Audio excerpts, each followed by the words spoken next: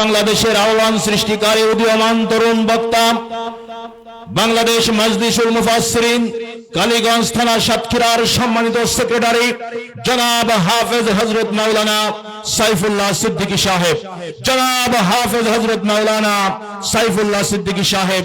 আমরা এখন হুজুরের আলোচনা শুনে দোয়া করে সকলে যাব, পারবো তো ইনশাআল্লাহ? আমরা দোয়া না করে কেউ বাড়িতে যাব না ইনশাআল্লাহ। এই পর্যায়ে হুজুরকে আলোচনা করার জন্য সবিনয়ভাবে অনুরোধ করছি।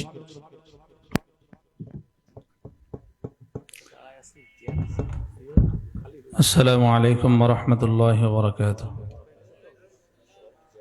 যে সমস্ত ভাইয়েরা পেছনে দাঁড়িয়ে আছেন, এই সামনে অনেক ফাঁকা জায়গা আছে।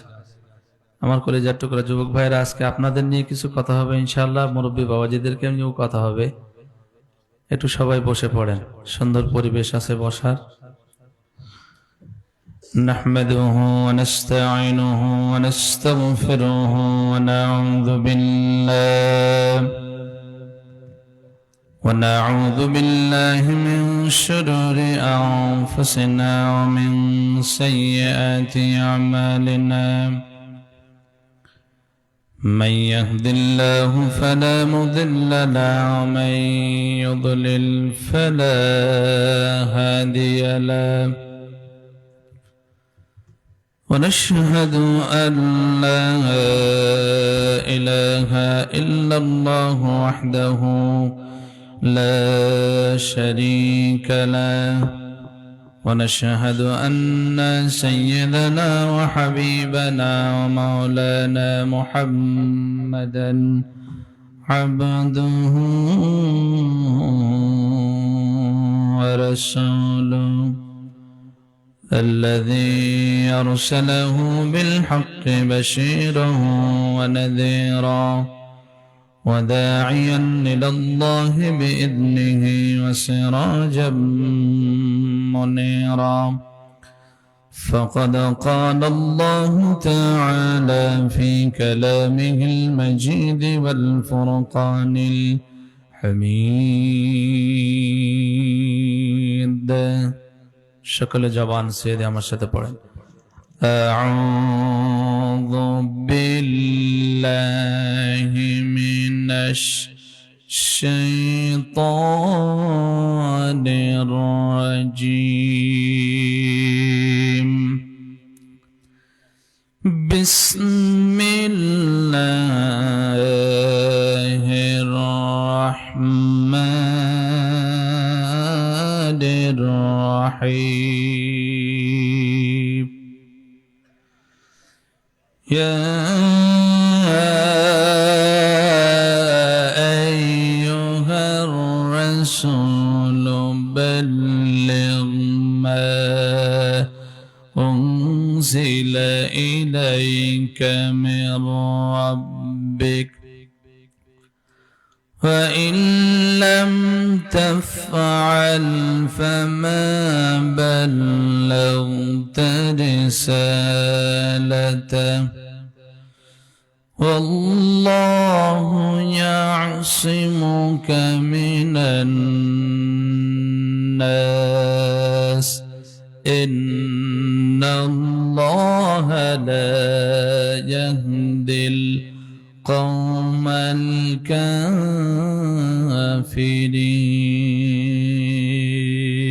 الكافرين. صدقت يا ربنا. حدثنا موسى بن إسماعيل حدثنا همام قال أخبرني قتادة عن صفوان بن محرز المازني قال بيننا أنا أمشي مع ابن عمر رضي الله تعالى عنهما آخذ بيده إذا عرض رجل فقال كيف سمعت رسول الله صلى الله عليه وسلم في النجوى؟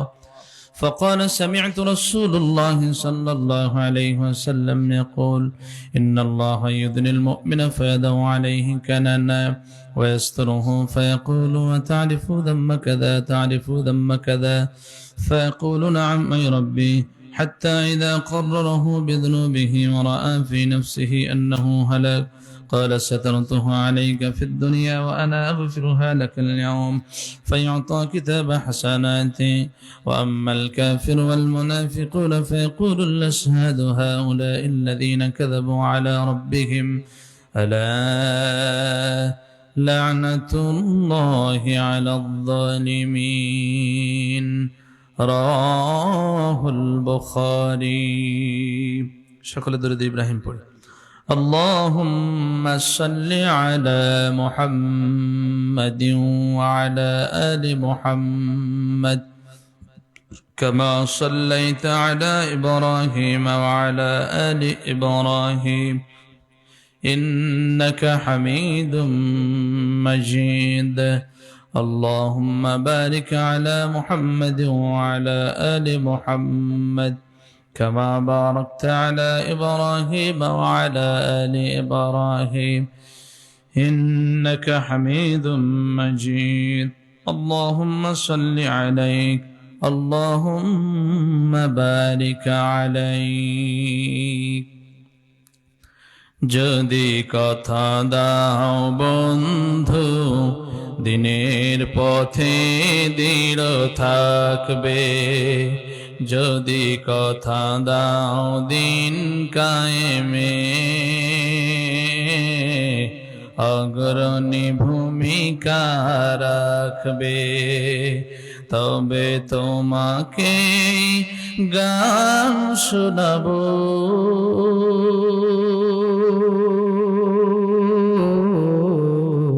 যে গানে হৃদয়টা জাগবে যদি কথা দাও বন্ধু দিনের পথে দৃঢ় থাকবে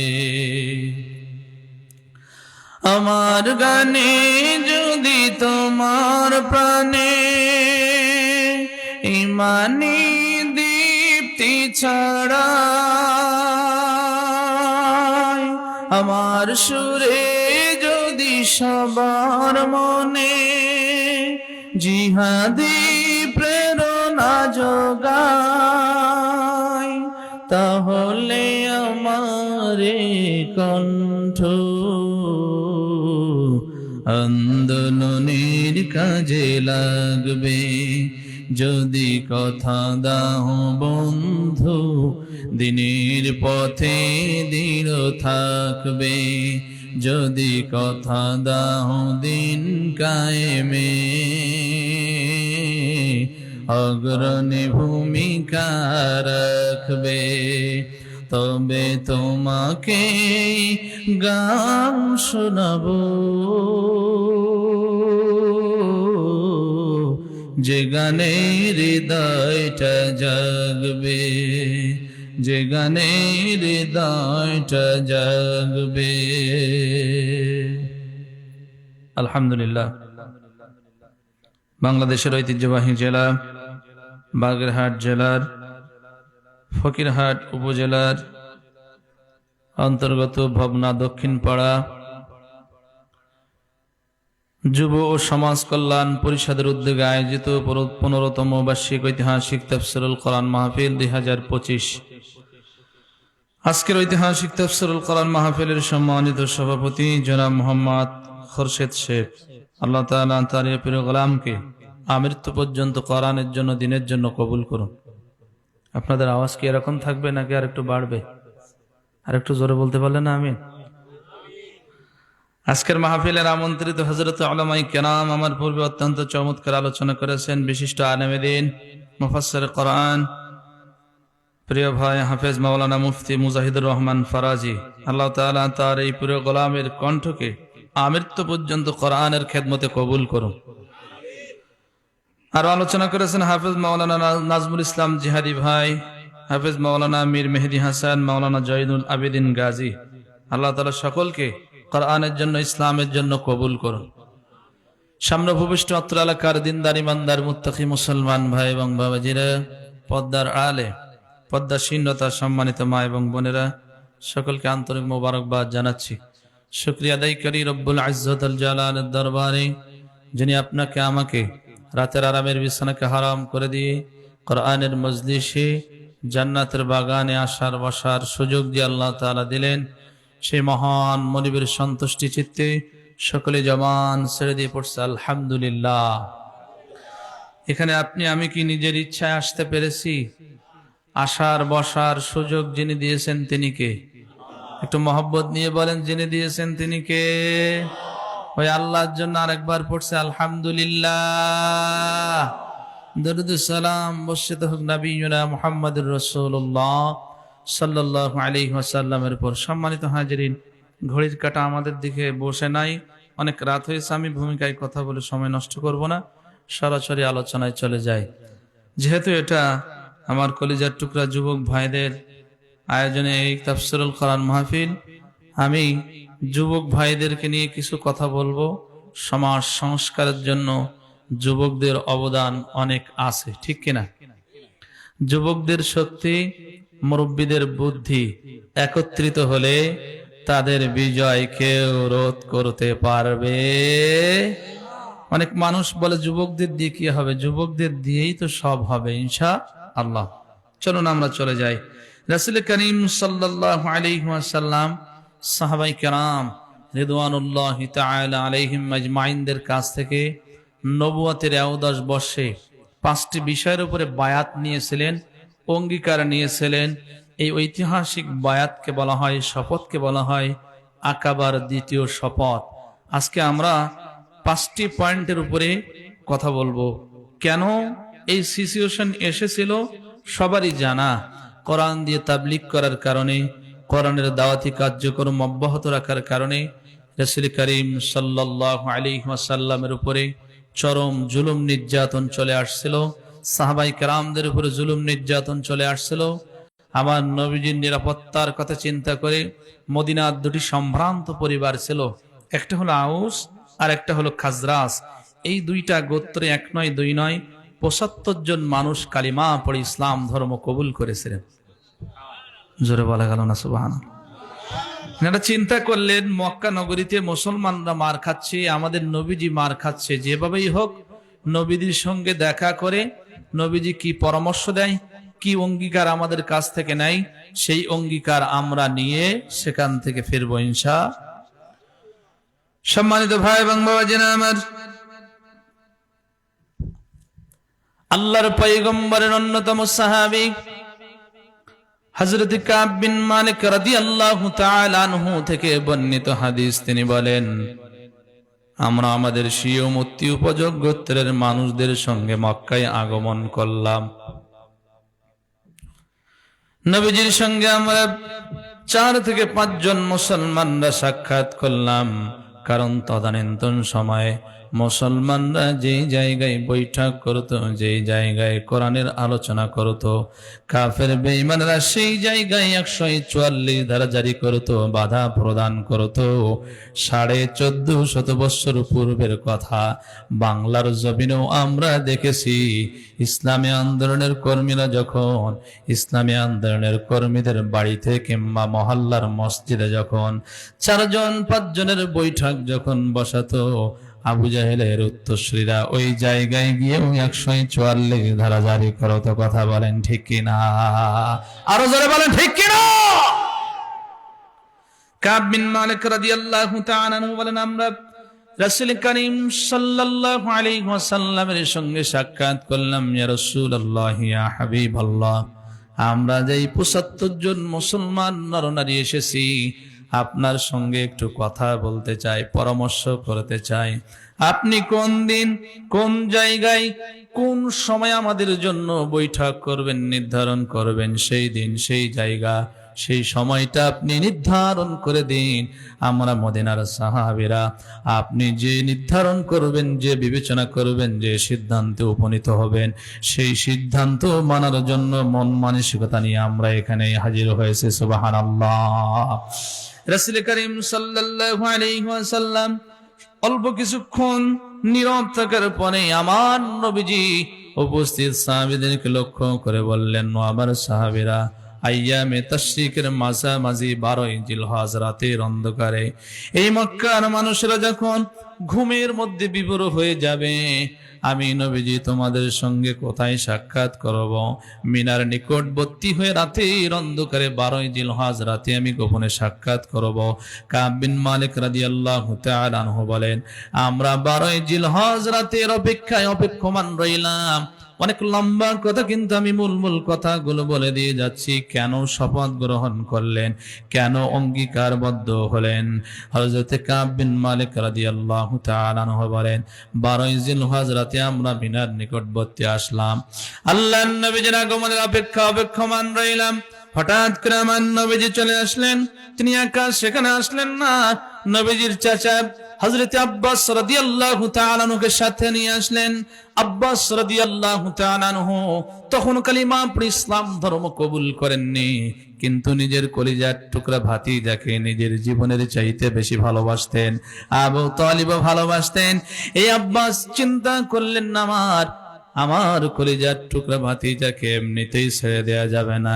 যেখানে যাই সেখানেই কাফের বেঈমানদের হাতে কথা শুনে লাঞ্ছিত হয়, বঞ্চিত হয়। কাফের হওয়ার পরেও নবীজির সম্মান অক্ষুণ্ণ রাখার জন্য, মান মর্যাদা অক্ষুণ্ণ রাখার জন্য চেষ্টা করেছিলেন।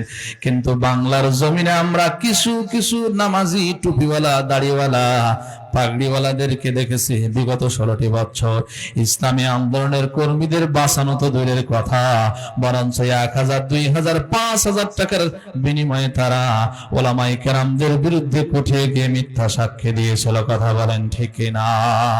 আরো যারা বলেন ঠিক কিনা? নামাজ পড়ার পরেও, রোজা রাখার পরেও, দাড়ি রাখার পরেও, মাথায় পাগড়ি পরার পরেও, মুখে দাড়ি রাখার পরেও যারা মুসলমানদের পক্ষে থাকতে পারে না, মসজিদ মাদ্রাসার পক্ষে থাকতে পারে না, ইসলামী আন্দোলনের কর্মীদের পক্ষে থাকতে পারে না, আলেম ওলামাদের পক্ষে থাকতে পারে না, আল্লাহর কসম ও শরীরের মধ্যে আব্দুল্লাহ ইবনে উবাইর রক্ত, মুনাফিকের রক্ত, মুনাফিক ছাড়া ইমানদারদের বিপরীত যেতে পারে না।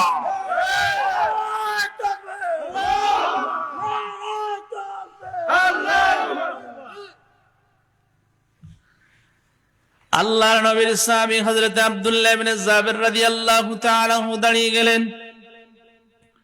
ইয়া রাসূলুল্লাহ, ইয়া হাবিবাল্লাহ, আপনার চাচা জানকে বক্তব্য দেওয়া থেকে বিরত থাকতে বলুন। আমরা মদিনার মুসলমান নরনারীরা এখানে উপস্থিত হয়েছি। আপনি আমাদের কাছ থেকে যেই মর্মের অঙ্গীকার নেবেন, বায়াত নেবেন, আল্লাহকে সাক্ষী রেখে আমরা সেই বিষয়ের উপরে বায়াত দেওয়ার জন্য 100% মন মানসিকতা নিয়ে এখানে হাজির হয়েছি। আরেকটা আওয়াজ করে বলা যায় না আল্লাহু আকবার? আল্লাহর নবী এবার সর্বপ্রথম কোরআনে কারীম তেলাওয়াত করলেন। করার পর রব্বুল ইজ্জাতুল জালালের প্রশংসা আদায় করলেন। উপস্থিত সকল সাহাবীদেরকে লক্ষ্য করে বললেন, ও আমার সাহাবীরা, আজকে আমি তোমাদের কাছ থেকে 5টি বিষয়ের বায়াত নেব। আমি বাংলাদেশের প্রায় 55টি জেলার বেশি ভ্রমণ করেছি। ভারতের পশ্চিমবঙ্গ, ঝাড়খণ্ড, বিহার রাজ্য ভ্রমণ করেছি, নেপালে গিয়েছি। এগুলো বলার উদ্দেশ্য হচ্ছে, কেউ ছোট করে দেখবেন না। বাংলাদেশে পীর মুরিদ আছে, ইন্ডিয়ায় আছে, নেপালেও কম বেশি আছে।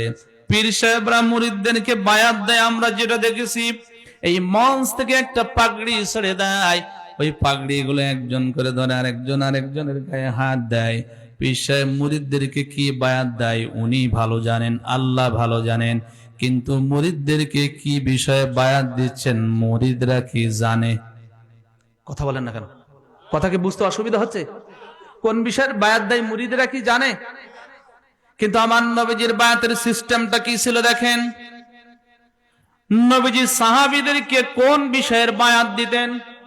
সাহাবায়ে কেরাম রিদওয়ানুল্লাহি তাআলা আলাইহিম আজমাইন নবীজির কাছ থেকে কোন মর্মে বায়াত নিতেন সাহাবীরাও জানতেন, নবীজিও জানতেন। আল্লাহু আকবার জোরে হয় না? আমার নবীজি বলেছেন, আজকে এই রাতের অন্ধকারে 5টি বিষয়ের অঙ্গীকার নেব, বায়াত নেব।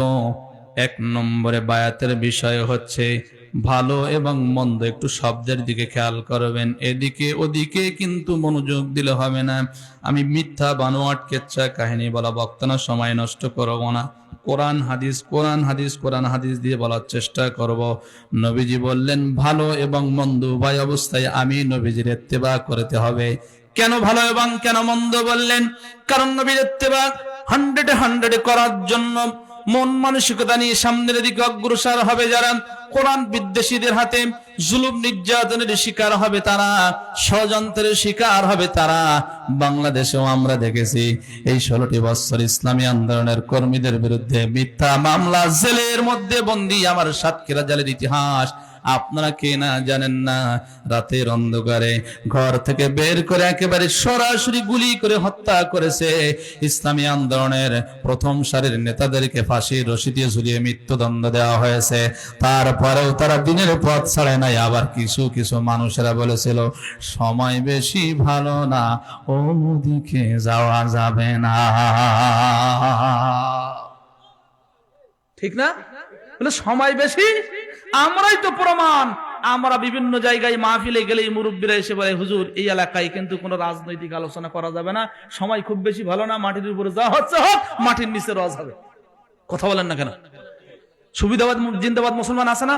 5ই আগস্টের আগে যারা ইমানদারদের, নামাজিদের, রোজাদারদের, যারা ইসলামী আন্দোলনের কর্মীদেরকে পুলিশের কাছে নাম দিয়েছিল 5ই আগস্টের পরে, তারা আবার বলছে আমরা কিন্তু তোমাদের দলের লোক। তাহলে এটা পোল্ট্রি বাজ না, গিরগিটির মতন রং বদলায় না? তাহলে কোন মানুষ কিছুই মানবে না, আল্লাহ সন্তুষ্টি অর্জনের লক্ষ্যে জীবন বাজি রাখে, আর কেউ যেদিকে পানি পড়ে সেদিকেই ছাতা ধরে। 2 শ্রেণীর মানুষ কি এক হতে পারে? একটু জোরে বলেন, এক হতে পারে? নবীজি বলছেন আমি নবীর আদর্শ গ্রহণ করবে যারা, কাফের বেঈমানদের হাতে জুলুম নির্যাতনের শিকার হবে তারা, জুলুম নির্যাতনের শিকার হয়ে যারা ধৈর্য ধারণ করতে পারবে, আমি নবীর মাধ্যমে তাদেরকে দুনিয়া থেকে আল্লাহ জান্নাতের সুসংবাদ দিয়ে দিয়েছে। নবীজি আমার বললেন ভালো এবং মন্দ উভয় অবস্থায় আমার ইত্তেবা করতে হবে। ও আমার কলিজার টুকরা যুবক ভাইয়েরা, শ্রদ্ধাভাজন মুরব্বী বাবাজিরা, পদ্মার অন্তরালের মা বোনেরা, দিলের কান দিয়ে কথাগুলো একটু শুনবেন, মস্তিষ্ক দিয়ে কথাগুলো উপলব্ধি করার চেষ্টা করবেন। বলবেন হুজুর সাইফুল্লাহ সিদ্দিক 1450 বছর পূর্বে রাতের অন্ধকারে নবীজি সাহাবীদের কাছ থেকে বায়াত নিচ্ছেন। ভালো মন্দ উভয় অবস্থায় নবীজির আনুগত্য করা লাগবে। আমরা কেন করব? সাহাবীরা করবে। নবীজির ইত্তেবার বিষয়ে আল্লাহর পক্ষ থেকে আমাদের জন্য কোনো মেসেজ আছে কিনা, কোনো তথ্য আছে কিনা? আল্লাহর কোরআন শোনার নাম সূরাতুল হাসর 28 নম্বর পারার 5 নম্বর পৃষ্ঠার মাঝের দিকে আল্লাহ রাব্বুল আলামিন বলেন ওমা আতাকুমুর রাসূলু ফাখুযুহু ওয়া মা নাহাকুম আনহু ফান্তাহু ওয়াত্তাকুল্লাহ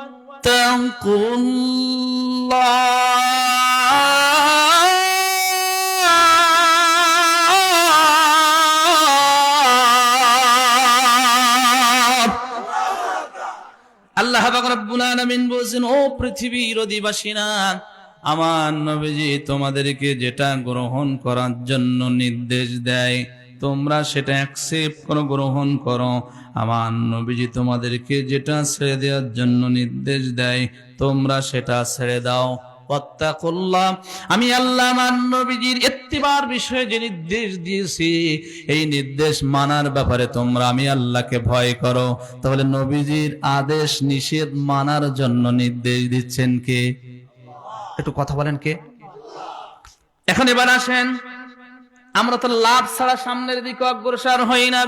ব্যবসা বাণিজ্য করি লাভবান হওয়ার জন্য, সম্পদ বৃদ্ধি করার জন্য, টাকা পয়সা বৃদ্ধি করার জন্য, বাড়ি ঘরদোর কলকারখানা বৃদ্ধি করার জন্য জীবনকে বাজি রেখে আমরা ভালো মন্দ উভয় অবস্থায় নবীজির ইত্তেবা করব। আমরা জানি নবীজির পথ মত মানলে বিপদ আসতেই পারে, ইমানের অগ্নি পরীক্ষা দেওয়া লাগতে পারে। আমরা যে জীবন বাজি রাখবো নবীজির ইত্তেবা করলে আমাদের লাভ কি? 3 নম্বর সূরা, সূরার নাম সূরা আল ইমরান, হিফজুল কোরআন 3 নম্বর পারা 13 নম্বর পৃষ্ঠার প্রথম দিকে আমার আল্লাহ রাব্বুল আলামিন গোটা পৃথিবীর মানব জাতিদের কাছে সুন্দর করে মেসেজ দিয়ে দিয়েছেন। আল্লাহ রাব্বুল আলামিন বলেন কুল ইন কুনতুম তুহিব্বুনাল্লাহ الله فاتبعوني يحببكم الله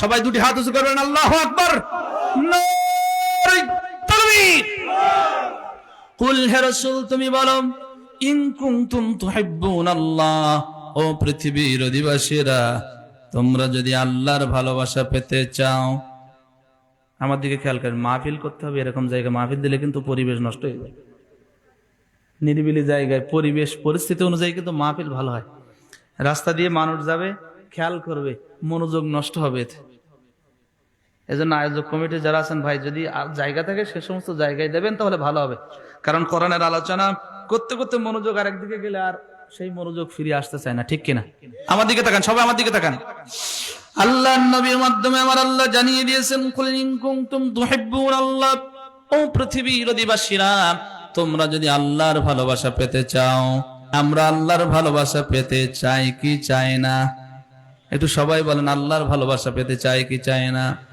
একজন সাধারণ মানুষ চেয়ারম্যানের সন্নিকটে যাওয়ার জন্য তার নিকটে যাওয়ার জন্য কত চিন্তা ফিকির করে একজন এমপি মহোদয়ের সন্নিকটে যাওয়ার জন্য কত চিন্তা ফিকির করে তার সঙ্গে বন্ধুত্ব করার জন্য কত চিন্তা ফিকির করে আজকের আমার কলিজার টুকরা যুবক ভাইয়েরা অনেকেই আছে ইসলামী আন্দোলন না করে কত নেতার পিছনে সময় বিনষ্ট করেছেন নামাজ পড়ার সময় পায় না রোজা রাখার সময় পায় না কোরআন তেলাওয়াতের সময় পায় না নেতার পেছনে ঘুরতেছেন আর স্লোগান দিচ্ছেন অমুক নেতা আমার নেতার চরিত্র ফুলের মতন পবিত্র আছে না নাই কিন্তু আল্লাহর সন্নিকটে যদি আমরা যেতে চাই আল্লাহর ভালোবাসা যদি পেতে চাই আল্লাহর মাহবুব বান্দা যদি আমরা হতে চাই নবীজির মাধ্যমে আমার আল্লাহ জানিয়ে দিয়েছেন নবীজি বলছেন তোমরা যদি আল্লাহর ভালোবাসা পেতে চাও ফাত্তাবিউনি আমি নবীর ইত্তেবা করো আমার অনুসরণ করো আমার অনুকরণ করো ইউহিব্বুকুমুল্লাহ এই পৃথিবীতে ধর্ম বর্ণ জাতি নির্বিশেষে গোটা পৃথিবীর মানব জাতিদের মধ্যে দেখে যে সমস্ত আল্লাহর গোলামেরা আমি নবীর ইত্তেবা করতে পারবে অনুসরণ করতে পারবে ইউহিব্বুকুমুল্লাহ ওয়া ইয়াগফির লাকুম যুনুবাকুম ওয়াল্লাহু গফুরুর রহিম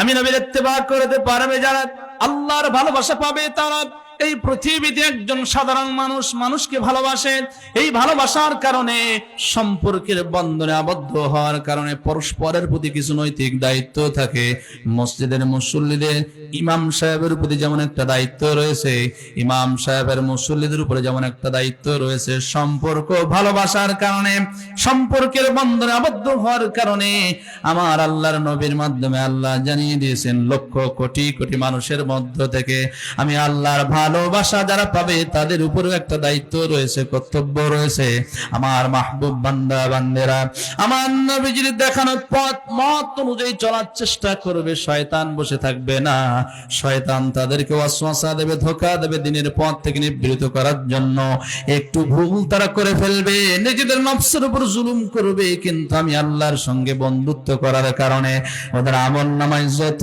গুনাহ থাকবে तमाम জীবনের গুনাহগুলো আমি আল্লাহ মাফ করে দেব আর একটু জোরে আল্লাহু আকবার একজন চেয়ারম্যানের সঙ্গে বন্ধুত্ব করার কারণে ভালোবাসা থাকার কারণে কত বুক ফুলিয়ে আমরা বলি আমাকে তুই চিনিস কথা বলেন এমপি সাহেবের সঙ্গে সম্পর্ক ভালো থাকে আমার পাওয়ার আমার হাত কত দূর আছে তুই জানিস কথা বলেন আর আল্লাহর সঙ্গে যদি বন্ধুত্ব হয়ে যায় ওর কি কোনো টেনশন আছে তা আসতে বলেন আপনাদের খুব কষ্ট হচ্ছে আল্লাহ যার বন্ধু হয় তার কি কোনো টেনশন আছে আল্লাহ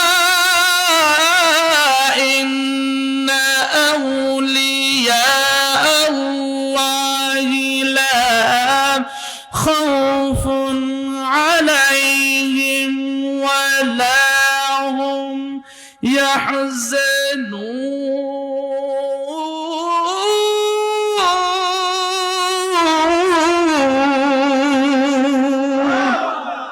আমার আল্লাহ বলছেন আমি আল্লাহর বন্ধু হবে যারা লা খাউফুন, তাদের কোনো ভয় নেই, ওয়ালা হুম ইয়াহজানুন, এদের জন্য কোনো দুশ্চিন্তার কারণ নেই। আওয়াজ করে বলেন সুবহানাল্লাহ।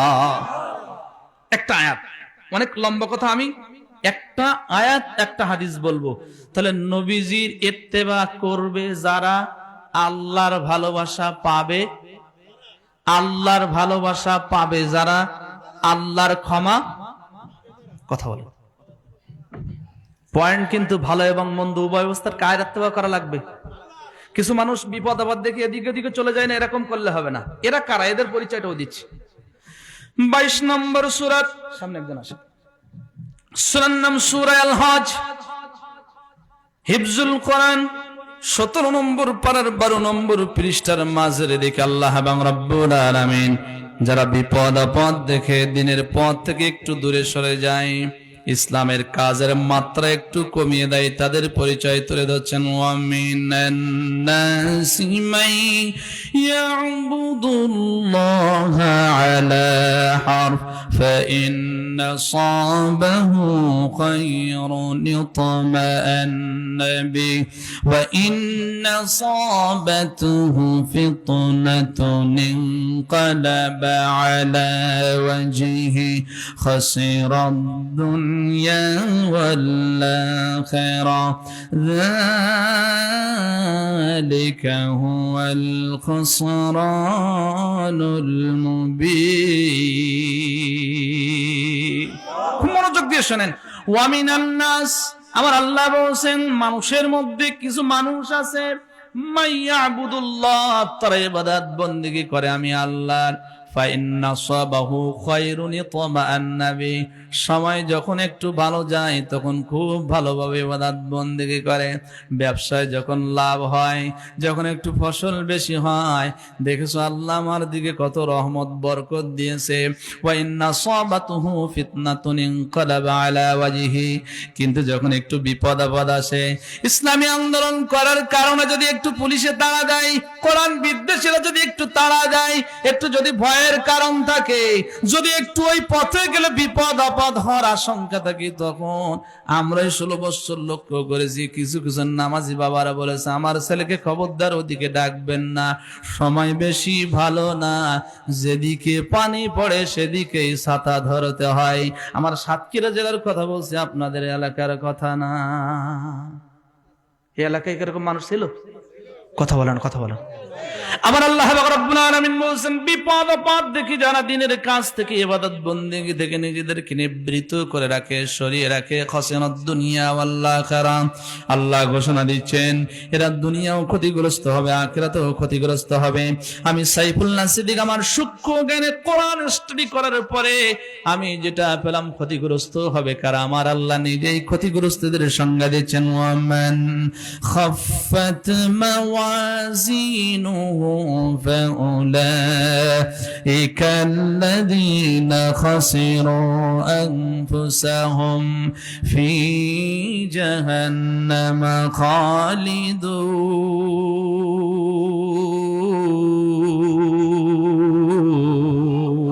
সবাই দুটি হাত উঁচু করবেন, আল্লাহু আকবার। কিয়ামতের ময়দানে মুসিবতের দিনে পেছন দিক থেকে যাদের বাম হাতে আমলনামা উঠবে, যাদের পাপের পাল্লাটা ভারী হয়ে যাবে, ফাউলাইকাল্লাযীনা খাসিরু আনফুসাহুম ফি জাহান্নামা খালিদুন, আমার আল্লাহ বলেন চিরস্থায়ী জাহান্নামের অধিবাসী হবে তারা, ক্ষতিগ্রস্ত হবে যারা, ক্ষতিগ্রস্ত হবে তারা, চিরস্থায়ী জাহান্নামের অধিবাসী হবে তারা। আওয়াজ করে বলেন নাউজুবিল্লাহ। অতএব আজ থেকে আমাদেরকে প্রতিজ্ঞাবদ্ধ হতে হবে, জালেম বিতাড়িত হয়েছে বলেই মনে করলে হবে না, আর বিপদ আসবে না। মনে রাখবেন কোরআনের পথ হলো কাঁটাযুক্ত পথ, কোরআনের পথ হলো কাঁটাযুক্ত পথ, রক্ত মিছিল পথ। এই পথে চলতে গেলে বাধা আসবে, বিপদ আসবে, কিন্তু প্রতিজ্ঞাবদ্ধ হতে হবে। যত জুলুম নির্যাতন আসুক না কেন, যত ষড়যন্ত্র করা হোক না কেন, এটা প্রাণ থাকবে যতক্ষণ, নবীজির পথের উপর থাকবে ততক্ষণ, পরাজয় নবীর তরিকায় থাকতে গিয়ে বুকের তাজা রক্ত জমিনে ঢেলে যাব, কিন্তু কোন ইসলাম বিদ্বেষীদের কাছে ঈমান বিক্রি করব না। কথা ঠিক কি না? ঠিক আছে না? তাহলে নবীর ইত্তেবা করবে যারা আল্লাহর ভালোবাসা, আল্লাহর ভালোবাসা পাবে যারা আল্লাহর ক্ষমা। এবার আসুন একটা হাদিস আমি আপনাদেরকে শোনাই দিয়ে যাই। وعن أبي هريرة رضي الله تعالى عنه قال قال رسول الله صلى الله عليه وسلم كل أمتي يدخلون الجنة إلا من نبى قيل من نبى يا رسول الله صلى الله عليه وسلم قال من أطاعني دخل الجنة ومن عصاني فقد أبى أو كما قال النبي عليه الصلاة والسلام আমাদেরকে খেয়াল করেন আল্লাহর নবী থেকে যত সাহাবীরা হাদিস বর্ণনা করেছিলেন সর্বাধিক হাদিস হযরত আবু হুরায়রা রাদিয়াল্লাহু তাআলা আনহু বর্ণনা করেছিলেন 5374টি হাদিস। আল্লাহু আকবার, জোরে হয় না? এই আবু হুরায়রা রাদিয়াল্লাহু তাআলা আনহু বলেন নবীজি বলেছেন কুল্লু উম্মতি ইয়াদখুলুনাল জান্নাহ, আমার প্রত্যেক উম্মতিরা জান্নাতে যাবে, ইল্লা মান নাবা, কিন্তু আমি নবী আমাকে যারা অস্বীকার করে তারা জান্নাতে যাবে না। কিলা মান নাবা ইয়া রাসূলুল্লাহ সাল্লাল্লাহু আলাইহি ওয়াসাল্লাম, সাহাবায়ে কেরাম রিদওয়ানুল্লাহি তাআলা আলাইহিম আজমাইন জিজ্ঞাসা করলেন, ও আল্লাহর নবী কি বা কারা আপনাকে অস্বীকার করে, তাদের সংজ্ঞা কি, তাদের কোয়ালিটি কি, তাদের আলামত কি, তাদের নিদর্শন কি? নবীজি আমার বললেন ক্বালা মান নাতুআনি দাখালাল জান্নাহ। আজকের আলোচনার 1 নম্বর টপিক হচ্ছে ভালো বন্ধু উভয় অবস্থায় নবীজির ইত্তেবা করবে যারা, আল্লাহর ভালোবাসা পাবে তারা, আল্লাহর ভালোবাসা পাবে যারা, আল্লাহর ক্ষমা পাবে তারা। এবার নবীজি বলছেন সকল উম্মত জান্নাতে যাবে না, না না, যে যারা আমি নবী আমাকে অস্বীকার করে তারা ব্যতীত। সাহাবীরা বললেন কারা অস্বীকার করে? নবীজি বললেন ক্বালা মান আতাআনি দাখালাল জান্নাহ, আমার উম্মতিদের মধ্য থেকে যে সমস্ত আল্লাহর বান্দা বান্দিরা আমি নবীর ইত্তেবা করবে, অনুসরণ করবে, আনুগত্য করবে, লক্ষ কোটি কোটি মানুষের মধ্য থেকে আমার আল্লাহ আমার আনুগত্যকারী উম্মতিদেরকে বেছে বেছে জান্নাতের মধ্যে প্রবেশ করাবে। আল্লাহু আকবার। ওয়া মান আশানি ফাকাদ আবা, যে বা যারা, একটু শব্দের দিকে খেয়াল করবেন, অনেক ওলামা হযরত এখানে আছেন। ওয়া মান আশানি ফাকাদ আবা, যে বা যারা আমি নবীর ইত্তেবা করবে না, কথা মানবে না, অবাধ্য হবে, তারাই আমি নবী আমাকে অস্বীকার করে। আর আমাকে অস্বীকার করবে যারা, জান্নাতে যেতে পারবে না। নবীজির মাধ্যমে আল্লাহ জানিয়ে দিয়েছেন নামাজ চাওয়া যাবে না, রোজা চাওয়া যাবে না, হজ ফরজ হলে হজ আদায় করতে হবে, যাকাত ফরজ হলে যাকাত দিতে হবে, কোরআন প্রতিষ্ঠার আন্দোলন করতে হবে, মানুষের উপরে জুলুম করা যাবে না, অন্যায় করা যাবে না, সুদ খাওয়া যাবে না, জেনা করা যাবে না, দিনের ভোট রাতে মারা যাবে না। কথা বলে না, কথা বলে। তাহলে আমি নবীর ইত্তেবা করে না যারা, আমি নবীকে অস্বীকার করে তারা, আমি নবীকে অস্বীকার করে যারা, জান্নাতে যাবে না। ব্যাস 1 নম্বর পয়েন্ট। সর্বাবস্থায় ইত্তেবা হবে কার? নবীজির। আর নবীজির ইত্তেবা মানে কার ইত্তেবা? মাইয়াতির রাসূল ফাকাদ আতাল্লাহ। আমার আল্লাহ সার্টিফিকেট দিয়ে দিয়েছেন, নবীকে মানলো যারা, আমি আল্লাহকে মানলো তারা। আল্লাহু আকবার, জোরে হয় না? দ্বিতীয় নম্বরে আল্লাহর হাবিব সাল্লাল্লাহু আলাইহি ওয়াসাল্লাম সাহাবায়ে কিরাম রিদওয়ানুল্লাহি তাআলা আলাইহিম আজমাইনদের কাছে দ্বিতীয় নম্বরে শপথ দিচ্ছেন। আমার কলিজার টুকরা যুবক ভাইরা একটু কথাগুলো হৃদয় দিয়ে বোঝার চেষ্টা করবেন। নবীজি বলছেন সৎ কাজের আদেশ করতে হবে, অসৎ কাজের নিষেধ করতে হবে। আজকের নামাজ, রোজা, হজ, যাকাত, দান, সাদকা, তাফসীরুল কোরআন মাহফিলের ইন্তজাম করা, আলহামদুলিল্লাহ, মাশাআল্লাহ 100% এর দিকে আমরা এগিয়ে যাচ্ছি, কিন্তু সমাজ সংস্কার করার মানুষের বড় অভাব। সৎ কাজের আদেশ আমরা দিতে চাই না, অসৎ কাজের নিষেধ করতে চাই না। যদিও 2-1 করতে যায়, তাদেরকে আমরা মিথ্যা মামলার আসামি করে জেলের মধ্যে বন্দী করে রাখতে চাই। এই কথা ঠিক কি না? আজকেও সাদাবাজের বিরুদ্ধে, অসত্যের বিরুদ্ধে, জুলুমের বিরুদ্ধে, খুনের বিরুদ্ধে কথা বললো এক শ্রেণীর মানুষের বলে হুজুর ধর্মের নামে রাজনীতি করা যাবে না। কথা বলেন না কেন? কথা বলেন না। আমরা বলতে চাই, বিগত 16টি বছর আমরা কোরআনের কথা বলতে পারিনি।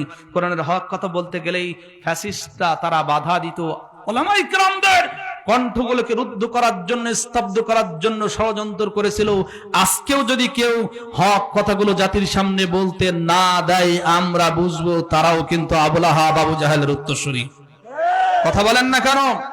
মনে রাখবেন, আমরা কিন্তু কোন জালেমকে ভয় পাই না। 16 বছর এই জালেম মনে করেছিল ওলামায়ে কেরামদের, বড় বড় হুজুরদের ধরলেই ইসলামের হক কথা, কোরআনের হক কথা বন্ধ হবে। না না না, একজন সাইদিকে কারাগারে বন্দী করেছিল, হাজার সাইদি ময়দানে তৈরি হয়েছিল। সাময়িক সময়ের জন্য মামুনুল হক সাহেবকে বন্দী করেছিল, হাজার হাজার মামুনুল হক ময়দানে তৈরি হয়ে গিয়েছিল। আল্লাহর কোরআন কথা, ইসলামের কথা কখনো বন্ধ করা যায় না। যত ষড়যন্ত্র হবে, যত জুলুম হবে, ততই কোরআনের আলোচনা বৃদ্ধি পাবে।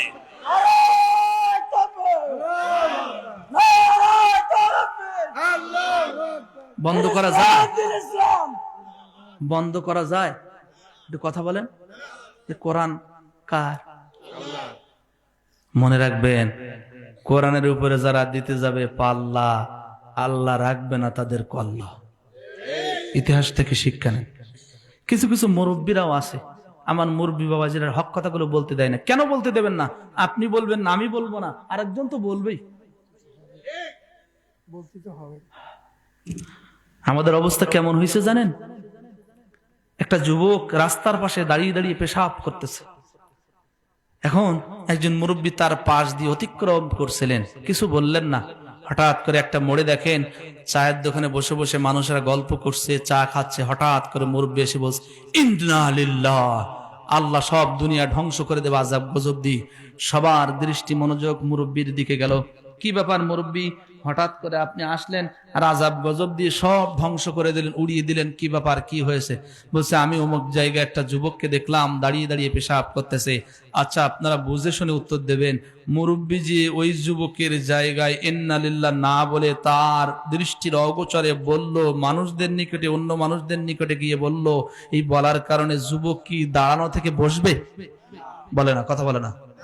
মুরব্বী যদি ওই মোড়ে চায়ের আড্ডায় না বলে, যুবক যেখানে দাঁড়িয়ে পেশাব করতেছিল ওর পেছনে দাঁড়িয়ে গলার একেবারে আওয়াজ 100% বাড়িয়ে দিয়ে যদি ইন্না লিল্লাহ বলতো, যুবকের পেশাব তো বন্ধ হতো। আরো তাড়াতাড়ি সেন্টটা আটকাতে গেলে সেন্টের মাঝখানে চামড়া আটকে দেওয়ার সম্ভাবনা ছিল। যেখানে বলার দরকার সেখানে আমরা। সম্মানিত ভাই এবং বাবাজিরা, আমার রিটার্ন টু মাই পয়েন্ট। বায়াতের দ্বিতীয় নম্বর বিষয়, কলিজার টুকরা যুবক ভাইরা, সমাজ সংস্কার করার জন্য নিজেদেরকে একটু কাজে লাগাতে হবে। দিলের কান দিয়ে কথাগুলো বোঝার চেষ্টা করেন। সৎ কাজের আদেশ, অসৎ কাজের নিষেধ। এবার আসুন তো কোরআনের কাছে আমরা একটু প্রশ্ন করে দেখি, কোরআন সৎ কাজের আদেশ, অসৎ কাজের নিষেধের ব্যাপারে আল্লাহর পক্ষ থেকে কোনো ঘোষণা আছে কিনা? 3 নম্বর সূরা, সূরার নাম সূরা আল ইমরান, 4 নম্বর পারার 3 নম্বর পৃষ্ঠার 2, 3, 4 নম্বর লাইন আল্লাহ রাব্বুল আলামিন বলেন, কুনতুম খায়রা উম্মাতিন উখরিজাত লিন-নাসি তা'মুরুনা বিল মা'রুফি ওয়া তানহাউনা 'আনিল মুনকার وتنهون عن المنكر وتؤمنون بالله।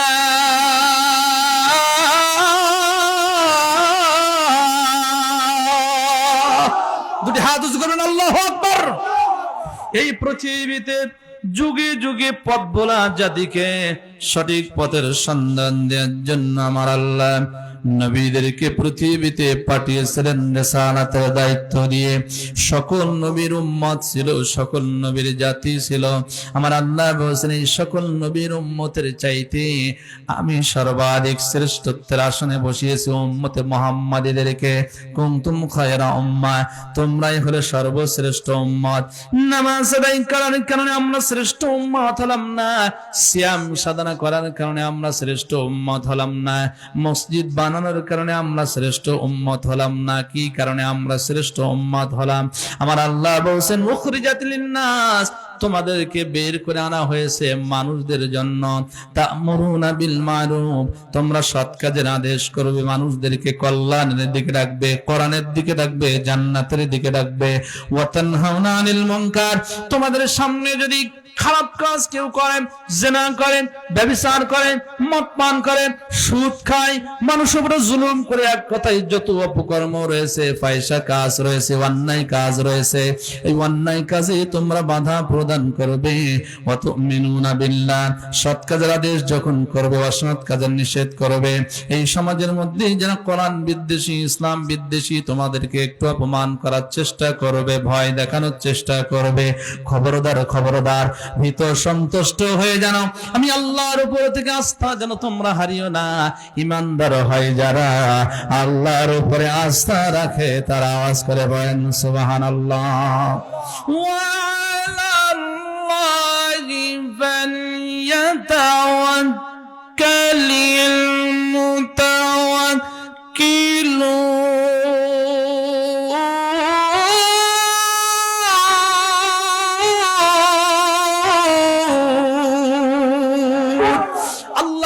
যারা তাওয়াক্কুল করে, আল্লাহর উপরে যারা ভরসা করে, আমার আল্লাহ তাদেরকে নিরাশ করেন না। ওয়া মাইয়া তাওয়াক্কাল আলাল্লাহি ফাহুয়া হাসবু, আল্লাহর উপরে ভরসা করে যারা, আমি আল্লাহ তাদের জন্য যথেষ্ট হয়ে যায়। একটা আওয়াজ করে বলেন সুবহানাল্লাহ। এখন প্রশ্ন হতে পারেন, সাইফুল্লাহ সিদ্দিক জীবনকে বাজি রেখে আমরা হক কথা বলবো, চাঁদাবাজির বিরুদ্ধে কথা বলবো, জেনার বিরুদ্ধে কথা বলবো, অপসংস্কৃতির বিরুদ্ধে কথা বলবো, জুলুমের বিরুদ্ধে কথা বলবো, জীবন বাজি রাখবো। অনেক জায়গায় দেখা যাচ্ছে ওলামায়ে কেরাম আক্রমণ হচ্ছে। এই মাহফিলে এখন চাঁদাবাজির বিরুদ্ধে কথা বললেও কিছু ভাইয়েরা অসন্তুষ্টির ছাপ তাদের মুখের মধ্যে দেখা যাচ্ছে, তারা বাধা দিচ্ছে। আমার ভাইদেরকে আমি বলি, ও আমার কলিজার টুকরা যুবক ভাইয়েরা, মুরব্বী বাবা যারা সন্তান হিসেবে আমার হাতকে আপনাদের কদমের সামনে প্রসারিত করে দিয়ে বলে যাচ্ছি, ওলামায়ে কেরামরা জাতির কখনো অকল্যাণ চাই না, জাতির কল্যাণ চাই, জাতির কল্যাণ চাই। আমরা চাই কি চাই না, এই সমাজ থেকে চাঁদাবাজ বন্ধ হোক। কথা বলেন না কেন? জুলুম বন্ধ হোক, জেনা বন্ধ হোক, চাই কি চাই না? আল্লাহ পাক রব্বুল আলামিন বলছেন, এই সমাজের মধ্যে এক শ্রেণীর মানুষদের থাকা প্রয়োজন। এখান থেকে 10 বছর 15 বছর আগে কিছু কিছু ওলামায়ে কেরামরা বলতো দল করা হারাম, রাজনীতি করা হারাম, কিন্তু আমার আল্লাহ 1450 বছর পূর্বে কোরআনে কারিমের মধ্যে কি বলছেন? 3 নম্বর সূরা, সূরার নাম সূরা আল ইমরান, হিফজুল কোরআন 4 নম্বর পারা 2 নম্বর পৃষ্ঠার মাঝের দিকে আল্লাহ রাব্বুল আলামিন বলেন, ওয়াল তাকুম মিনকুম উম্মাতুন ইয়াদউনা ইলাল খায়রি ওয়া يأمرون بالمعروف وينهون عن المنكر وأولئك هم المفلحون।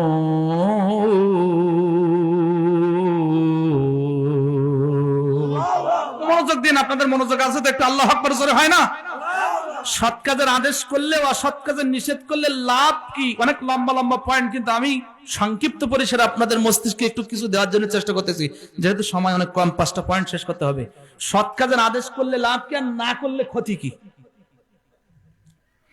আমার আল্লাহ বলেছেন, ওয়াল তাকুম মিনকুম উম্মাত, সমাজের মধ্যে, রাষ্ট্রের মধ্যে, এলাকার মধ্যে একটা দল থাকা উচিত। উম্মা মানে দল, উম্মা মানে সম্প্রদায়, উম্মা মানে অর্গানাইজেশন, উম্মা মানে সম্প্রদায়, সংগঠন।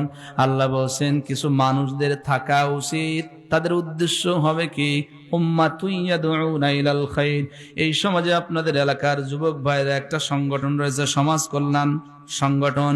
এই পরিষদের কিছু লক্ষ্য উদ্দেশ্য আমি দেখেছি, মদ থেকে যুবকদেরকে ফিরিয়ে রাখা, জুয়া থেকে ফিরিয়ে রাখা, জেনা ব্যভিচার থেকে ফিরিয়ে রাখা, একটা আদর্শ সমাজ, একটা আদর্শ জাতি উপহার দেখা, পর্নোগ্রাফি থেকে যুবকদেরকে ফিরিয়ে রাখা। কতই না সুন্দর উদ্যোগ! আমার আল্লাহ এই কথাই 1450 বছর পূর্বে গোটা পৃথিবীর মানব জাতিদের কাছে ক্লিয়ার করে দিয়েছেন। এই সংগঠনের মানুষেরা মানুষদেরকে কল্যাণের দিকে ডাকবে, সৎ কাজের আদেশ করবে, অসৎ কাজের নিষেধ করবে। এই যে জীবন বাজি রেখে এত বড় গুরু দায়িত্ব তারা পালন করবে, তাদের লাভ কি? ওয়াউলাইকা হুমুল মুফলিহুন। আমার আল্লাহ বলেন, লক্ষ কোটি কোটি মানুষের মধ্য থেকে যারা জীবনকে বাজি রেখে মানুষদেরকে কোরআনের দিকে রাখবে, কল্যাণের দিকে রাখবে, অসত্যের বিরুদ্ধে কথা বলবে, আমি আল্লাহ ঘোষণা দিয়ে দিলাম, এরাই হবে সফল কাম।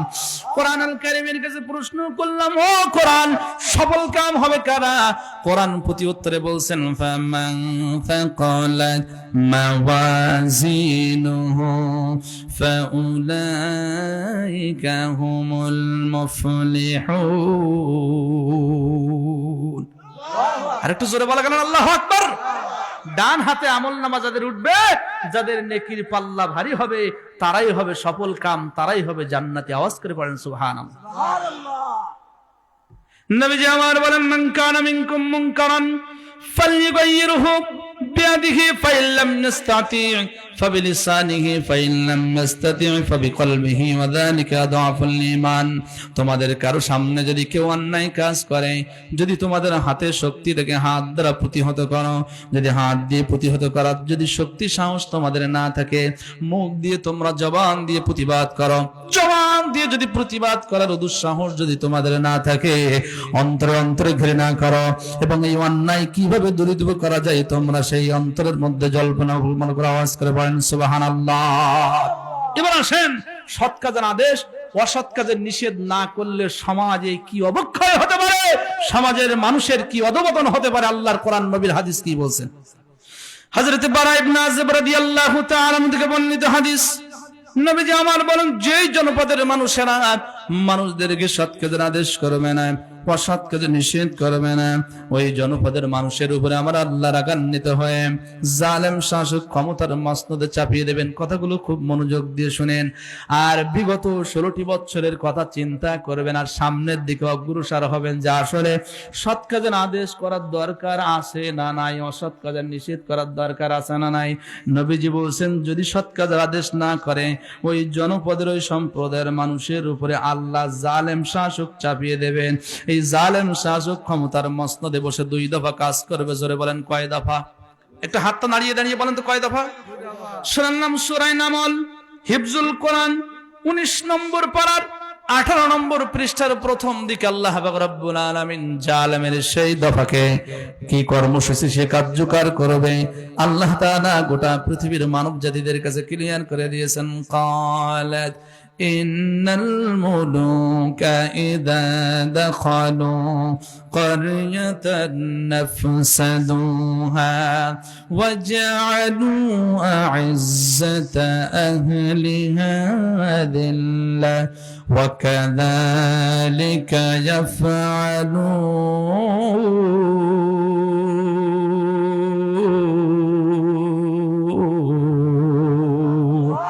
ক্ষমতার মসনদে বসে 1 নম্বর যে কাজ করবে, কর্মসূচি তারা পালন করবে, মানুষের মধ্যে বিশৃঙ্খলা সৃষ্টি করবে, বিপর্যয় সৃষ্টি করবে, ভাই ভাইয়ের সঙ্গে দাঙ্গা মাহাঙ্গা লাগিয়ে দেবে।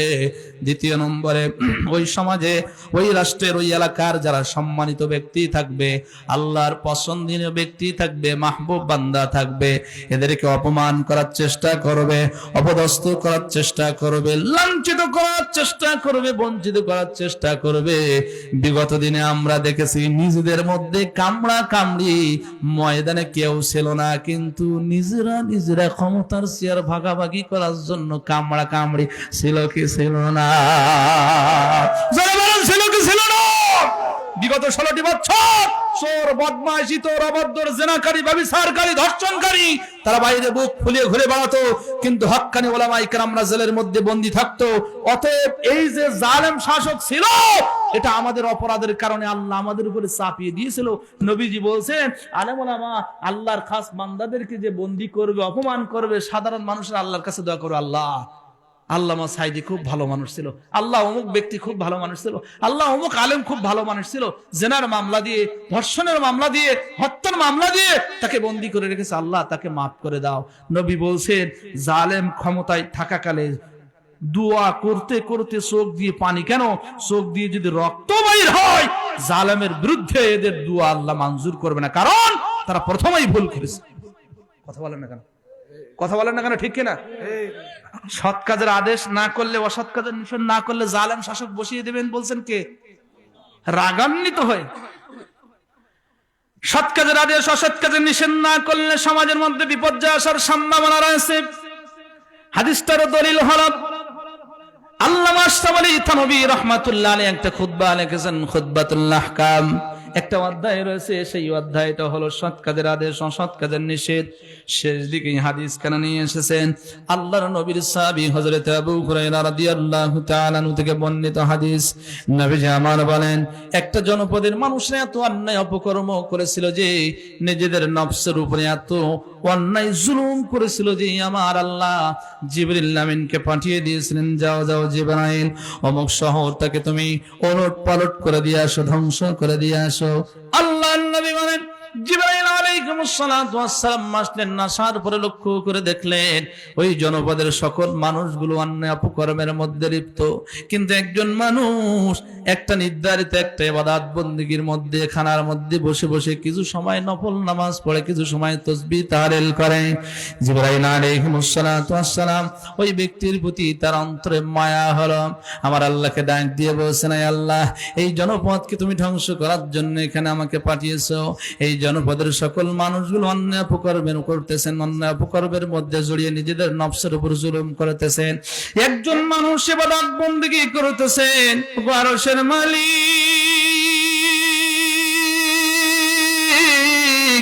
আমি কি এই ধ্বংসের হাত থেকে আমার ডানার উপর এই ব্যক্তিকে আমি কি ওঠাতে পারি? আমার আল্লাহ বললেন না। নবীজি বললেন, এবারে জিবরিল আমিন ওই ব্যক্তির আমলনামাটা আল্লাহর কাছে দেখতে চাইলেন। ও বাগেরহাট জেলার মুসলমান নরনারীরা, একটু দিলের কানটা খাড়া করে দিয়ে শোনেন। আল্লাহর নবী বলেন, জিবরিল আমিনকে আমার আল্লাহ এবার ওই মুরব্বির আমলনামা দেখালেন। নবীজি আমার বলেন, জিবরিল আমিন লক্ষ্য করে দেখলেন ওই ব্যক্তির আমলনামায় 1 সেকেন্ডের জন্য কোনো গোনা নাই। এই পৃথিবীতে একমাত্র নবী আলাইহিস সালাতু ওয়াস সালাম ব্যতীত সকল মানুষেরা নিজেদের নফসের উপর জুলুম করেছে, অন্যায় করেছে।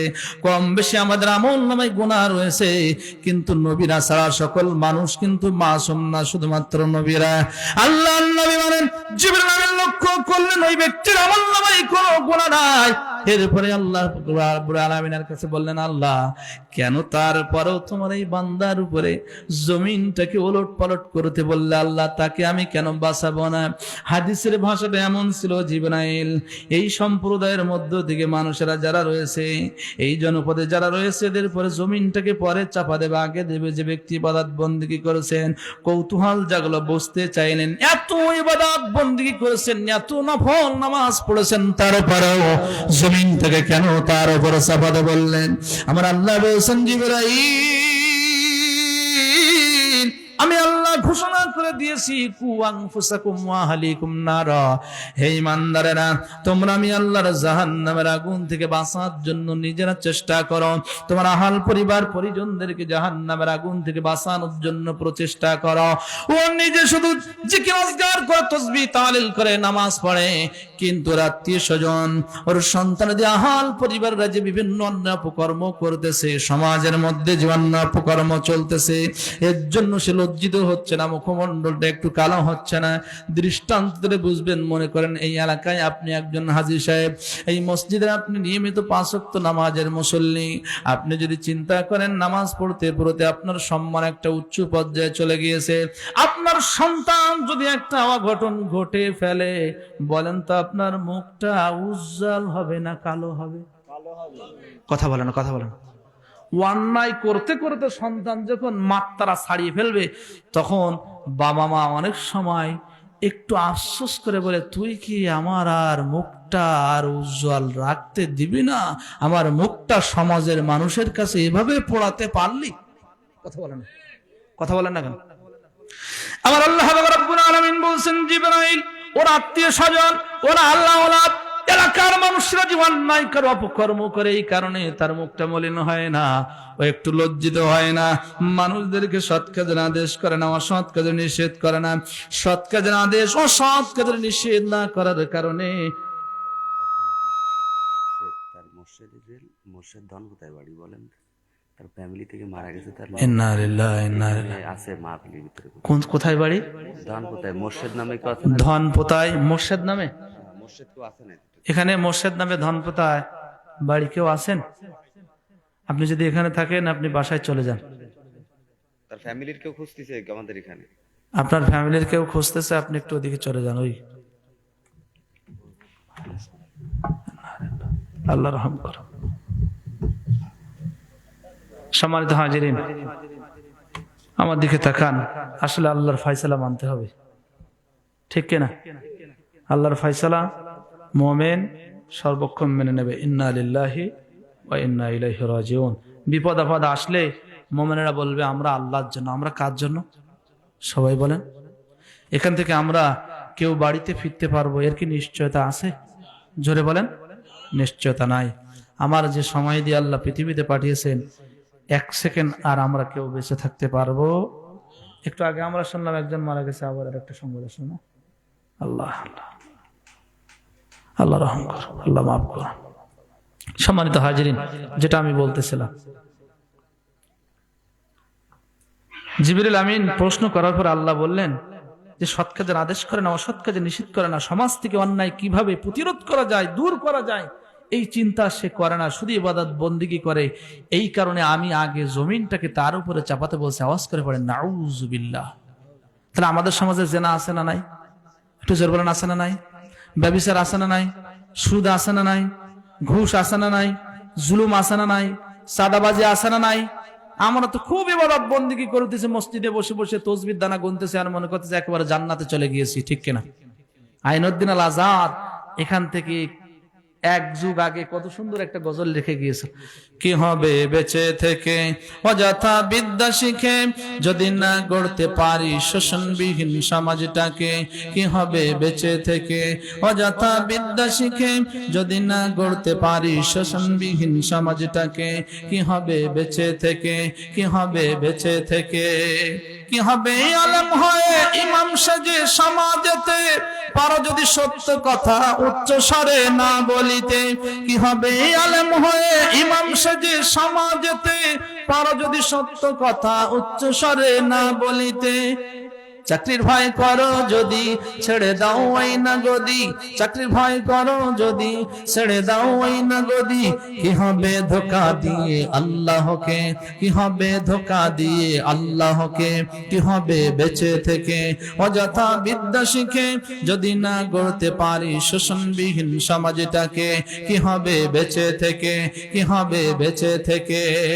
কি হবে নামাজ রোজা ইমানদারির বড়াই করে, যদি ওই খোদার কোরআন নর্দমাতে থাকে পড়ে।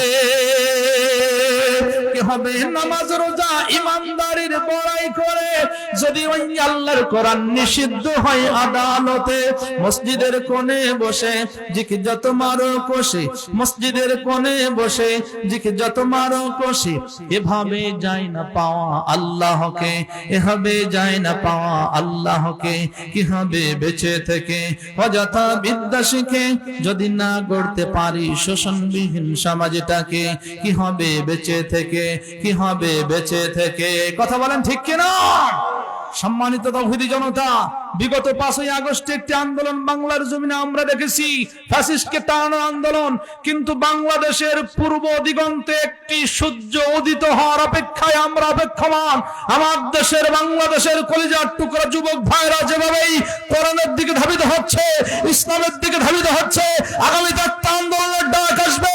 সেই আন্দোলন কোন ব্যক্তি সত্য হাসিলের উদ্দেশ্য না, সেই আন্দোলনটা হওয়ার উদ্দেশ্য হলো আল্লাহর জমিনে আল্লাহর বিধান বাস্তবায়নের আন্দোলন। আল্লাহর জমিন থেকে জিনা, ব্যভিচার, চুরি, ডাকাতি, জুলুম, নির্যাতন বিতাড়িত করার আন্দোলন।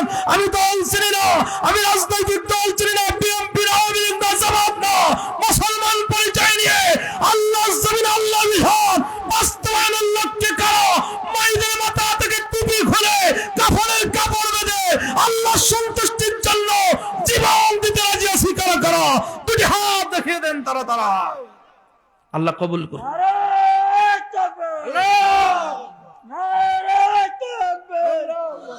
আল্লাহ কবুল করুন। দলমত নির্বিশেষে এ কোরআন বিজয়ের স্বপ্ন আমাদের আছে না নাই? একটু জোরে বলেন। তাহলে সৎ কাজের আদেশ অসৎ কাজের নিষেধ যদি না করি, জালেমকে আবার আল্লাহ বসাতে পারে কি পারে না? মগজে কথাগুলো ঢোকাই নিয়ে। আমার বোন নিরাপদে থাকবে, আমার মা নিরাপদে থাকবে, আমার টাকা আর বিদেশে পাচার হবে না। হাজার হাজার কোটি টাকা বিদেশে পাচার হয়েছে। আবার কিছু কিছু ভাইয়েরা আক্ষেপ করে, আগে খুব ভালো ছিলাম। আমি বলি তোমার বিবেকে শয়তানে পেশাব করে দিয়েছে, তাই তুমি এই কথা বলছো। শয়তান। এই যে বিডিআর বিদ্রোহ হত্যায় যে ভাইরা বের হচ্ছেন, কেউ 14 দিন বিয়ে করে চলে গিয়েছেন, 14 দিন 20 দিনের সন্তান রেখে চলে গিয়েছে না, 17 বছর তাদের কি অপরাধ ছিল? আর তুমি কোন বিবেক নিয়ে তুমি বলো এর চাইতে আগে ভালো ছিল? সম্মানিত ভাই এবং ওয়াজির, আমার রিটার্ন টু মাই পয়েন্ট। এজন্য জীবনকে বাজিয়ে রেখে সমাজ থেকে অন্যায় অপকর্ম দূরীভূত করার জন্য সংগ্রাম চালিয়ে যেতে হবে। কতক্ষণ পর্যন্ত সংগ্রাম করতে হবে? আল্লাহ এবং রব্বুল আলামিন 2 নম্বর সূরা, সূরার নাম সূরাতুল বাকারা, 2 নম্বর পারার 8 নম্বর পৃষ্ঠার 13-14 নম্বর লাইনে বলেন, ওয়াকাতিলুহুম হাত্তা লা তাকুনা ফিতনাতুন ওয়া ইয়াকুনা ad-দীনু লিল্লাহ فإن انتهوا فلا عدوان إلا على الظالمين। তোমরা ততক্ষণ পর্যন্ত সংগ্রাম করো, প্রচেষ্টা অব্যাহত রাখো যতক্ষণ পর্যন্ত না সমাজ থেকে জেনা, ব্যভিচার, অন্যায় অপকর্ম দূরীভূত না হয়। আর যে পর্যন্ত না আমি আল্লাহর জমিনে আল্লাহর দেয়া জীবন ব্যবস্থা যতক্ষণ পর্যন্ত না কায়েম না হয়, ততক্ষণ পর্যন্ত তোমরা সংগ্রাম করো। আওয়াজ করবেন আল্লাহুম্মা আমিন। 3 নম্বর, আমার নবী উপস্থিত সাহাবীদেরকে লক্ষ্য করে বললেন, ও আমার সাহাবীরা, 3 নম্বর বিষয় হচ্ছে সচ্ছল অসচ্ছল উভয় অবস্থায় দান করতে হবে। দিনের আন্দোলন করতে গিয়ে সময় যেমন দিতে হবে, অর্থের প্রয়োজন হবে, টাকা দিতে হবে। 4 নম্বরে ফাকিম ওয়াজহাকা লিদ-দীনি হানিফা, আল্লাহর সন্তুষ্টি অর্জনের জন্য দাঁড়িয়ে যেতে হবে, পৃথিবীর কোনো পরাশক্তিকে ভয় পেলে চলবে না। 5 নম্বরে হলো, ও আমার সাহাবীরা, এই মক্কা নগরীতে আমি জুলুম নির্যাতনের শিকার হচ্ছে, আমার সাহাবায়ে কেরাম রিদওয়ানুল্লাহি তাআলা আলাইহিম আজমাইন জুলুম নির্যাতনের শিকার হচ্ছেন। তোমরা একটা প্রস্তাব নিয়ে এসেছো এই মক্কা থেকে মদিনায় আমাকে নিয়ে যাওয়ার জন্য, যেন কাফের বেঈমানদের হাতে আমি লাঞ্ছিত বঞ্চিত না হয়।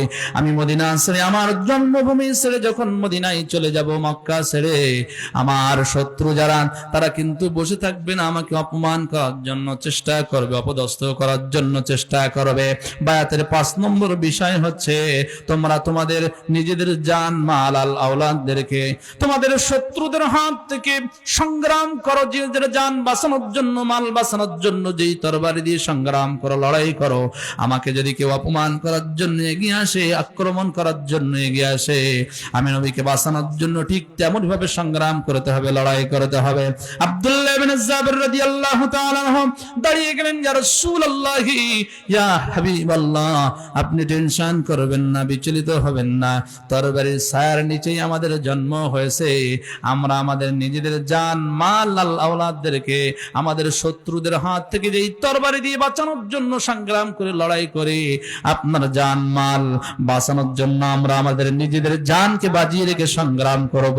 প্রয়োজনে আমরা আমাদের নিজেদের জীবন দিয়ে দেব, তারপর আপনার মানকে আমরা অক্ষুণ্ণ রাখার জন্য প্রচেষ্টা করব। আওয়াজ করে বলেন সুবহানাল্লাহ। নবী আমার অত্যন্ত খুশি হলেন, আনন্দিত হয়ে গেলেন। আল্লাহ নবীর সাহাবীরা বললেন, ইয়া রাসূলুল্লাহি, ইয়া হাবিবাল্লাহ, তবে হ্যাঁ, আমাদের সঙ্গেও আপনাকে একটা কথা দিতে হবে, ওয়াদা দিতে হবে। বর্তমানে মুসলমানদের সময়টা খুব খারাপ, শোচনীয় অবস্থায় মুসলমানরা দিন অতিবাহিত করেছেন। ইসলামের এমন দুর্দিন আজীবন থাকবে না। ইসলামকে বিজয় রূপে আপনার হাতে আমার আল্লাহ উঠিয়ে দেবেন। মুসলমানদের এই দুর্দিন আজীবন থাকবে না। দুর্দিনে আমরা আপনাকে সহযোগিতা করার জন্য এখানে এসেছি, আপনার হাতে হাত রেখে বায়াত নেওয়ার জন্য এসেছি। ইসলামের বিজয়কালে আপনি আমাদেরকে ছেড়ে, মদিনা ছেড়ে মক্কায় চলে আসবেন না, তো এই কথা দিতে হবে। আমার নবীজি বললেন, ও আমার সাহাবীরা, শোনো শোনো, তোমরা যাদের সঙ্গে সন্ধি করবে, আমি নবীজি তাদের সঙ্গে সন্ধি করব।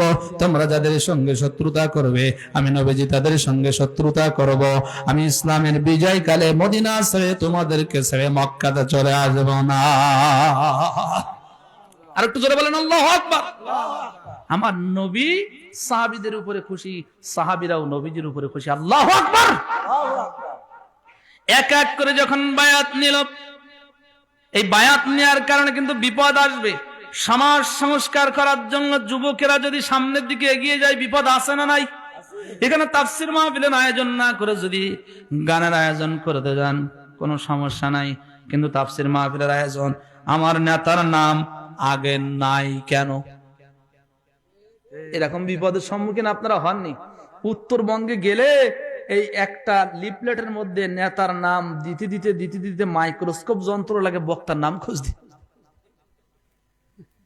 আমার নেতার নাম আগে নাই কেন?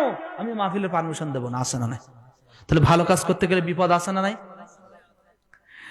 নবীজির সাহাবীরা যেই 5টি বিষয়ের উপরে বায়াত নিলেন, মক্কার মানুষদের উপরে জুলুম নির্যাতন আর বেড়ে গেল।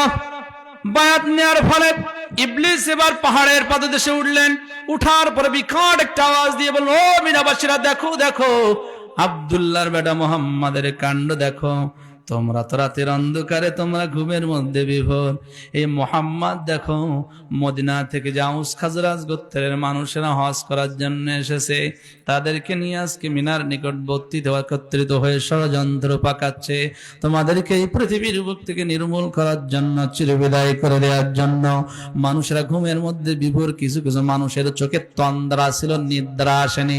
মাঝে মাঝে দেখবেন ঘুম আসতেছে, বালিশে মাথাটা দেয়া আছে, শরীরটা একেবারে ভারাক্রান্ত হয়ে যাচ্ছে, ঘুম আসতেছে, আবার বাইরে আওয়াজ হচ্ছে, কানে আওয়াজ ভেসে আসে।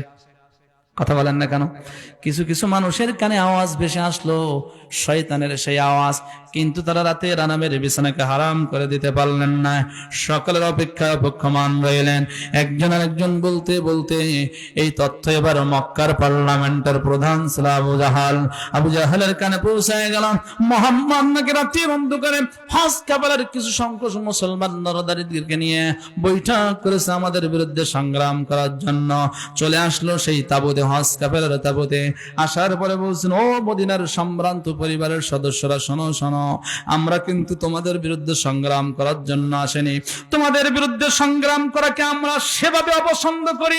আমরা আমাদের সন্তান, আমাদের আত্মীয় স্বজন, আপনজন, প্রিয়জনদের বিরুদ্ধে লড়াই করাকে, অস্ত্র ধরাকে যেভাবে আমরা পছন্দ করি, ঠিক তেমনই ভাবে তোমাদের বিরুদ্ধে অস্ত্র ধারণ করাকে আমরা ঠিক তেমনই ভাবে পছন্দ করি।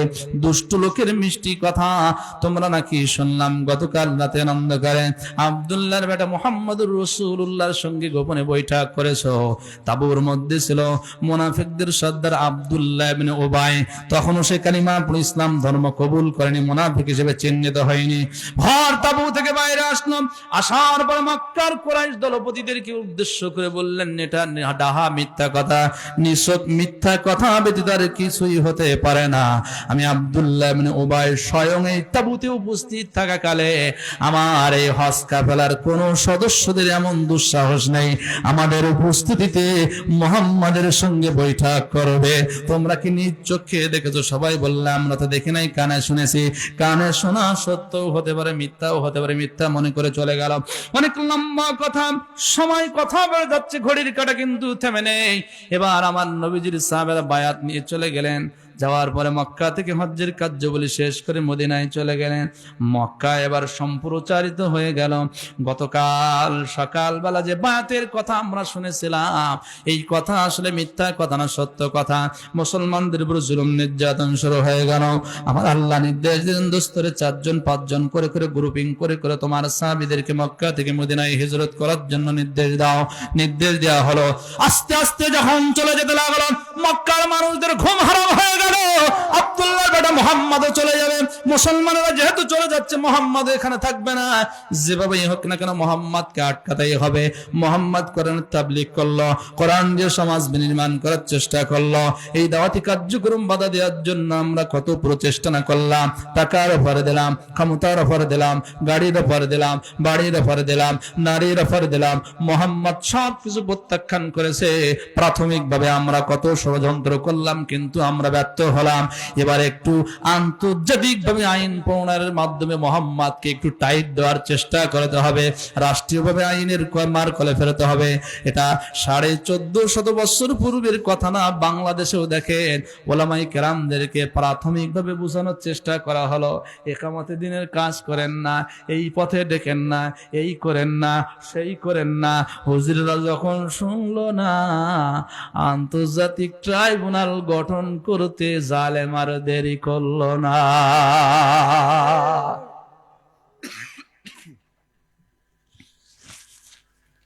সম্মানিত ভাই এবং বাবাজিরা আমার, আবু জাহেল বলল মুহাম্মাদের বিরুদ্ধে আগামীকাল সকালবেলা মক্কার পার্লামেন্ট আইন পাশ করা হবে।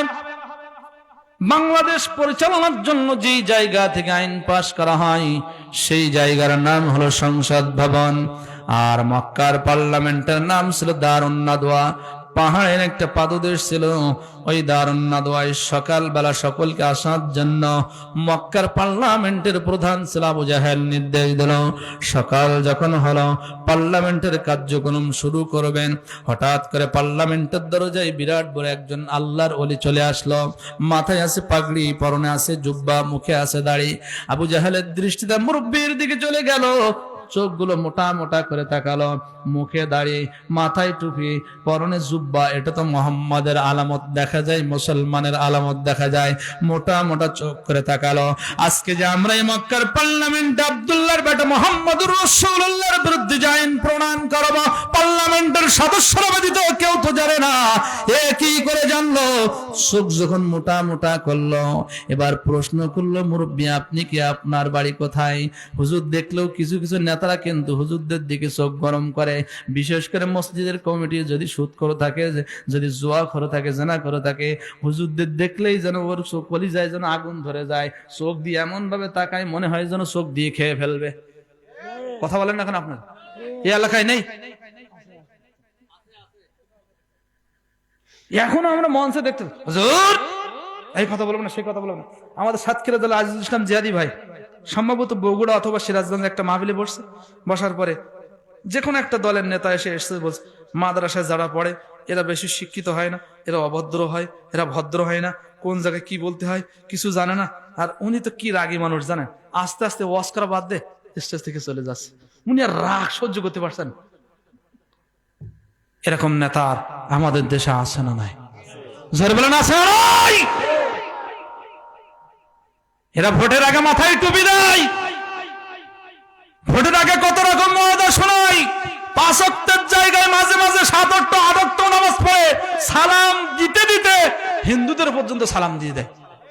হাতে হাত দিতে দিতে মুসলমানকে কে কাওরা কে মুসিব আছে না? কথা বলে না, কষ্ট পেলেন? সম্মানিত ভাই এবং বাবাজিরা, আমার return to my point. Abu জাহেলের চোখ ধরে মোটা মোটা হলো, কে আপনি?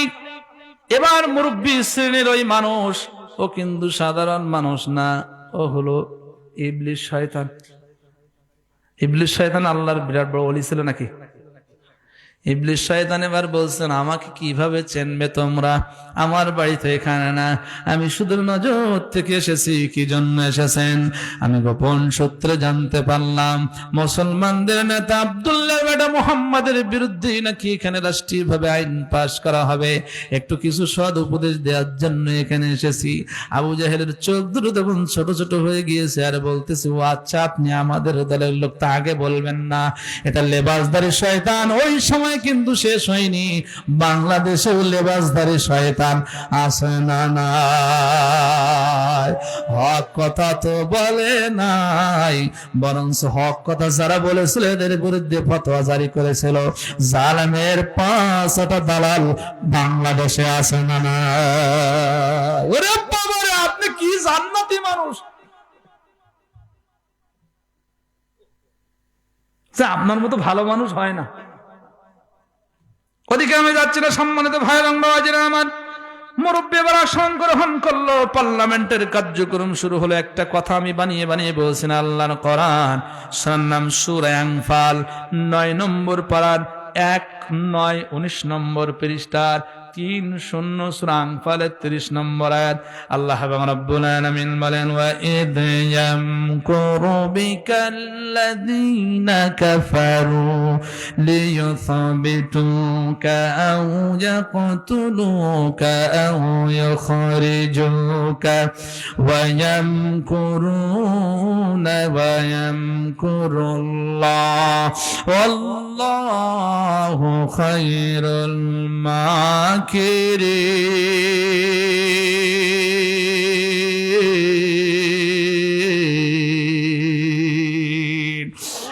পার্লামেন্টে যখন আবু জাহাল বললেন, মুহাম্মাদের বিরুদ্ধে কার কি কুপ্রস্তাব আছে পেশ করো। আবুল বাখতারি নামক জাহান্নামের একজন নরকীট মানবরূপী পশু বলল, মুহাম্মদকে মক্কা নগরী থেকে বিতাড়িত করে দেওয়া হোক। এই মক্কার নাগরিকত্ব আর রাখলে চলবে না, মক্কা নগরীতে আর তাকে থাকতে দিলে হবে না, মক্কা থেকে তাড়িয়ে দেব। মুহাম্মদ কোথায় যায়, কাদের সঙ্গে ওঠা বসা করবে, আমরা এই তথ্য দেব না। মুহাম্মদ যদি মক্কায় না থাকে, যারা কালিমা পড়ে ইসলাম ধর্ম কবুল করেছেন ওদেরকে আবার বুঝিয়ে শুনিয়ে আমাদের স্বধর্মে ফিরিয়ে আনার জন্য চেষ্টা করব। এই ষড়যন্ত্র কিন্তু ওই জায়গায় শেষ হয় নাই।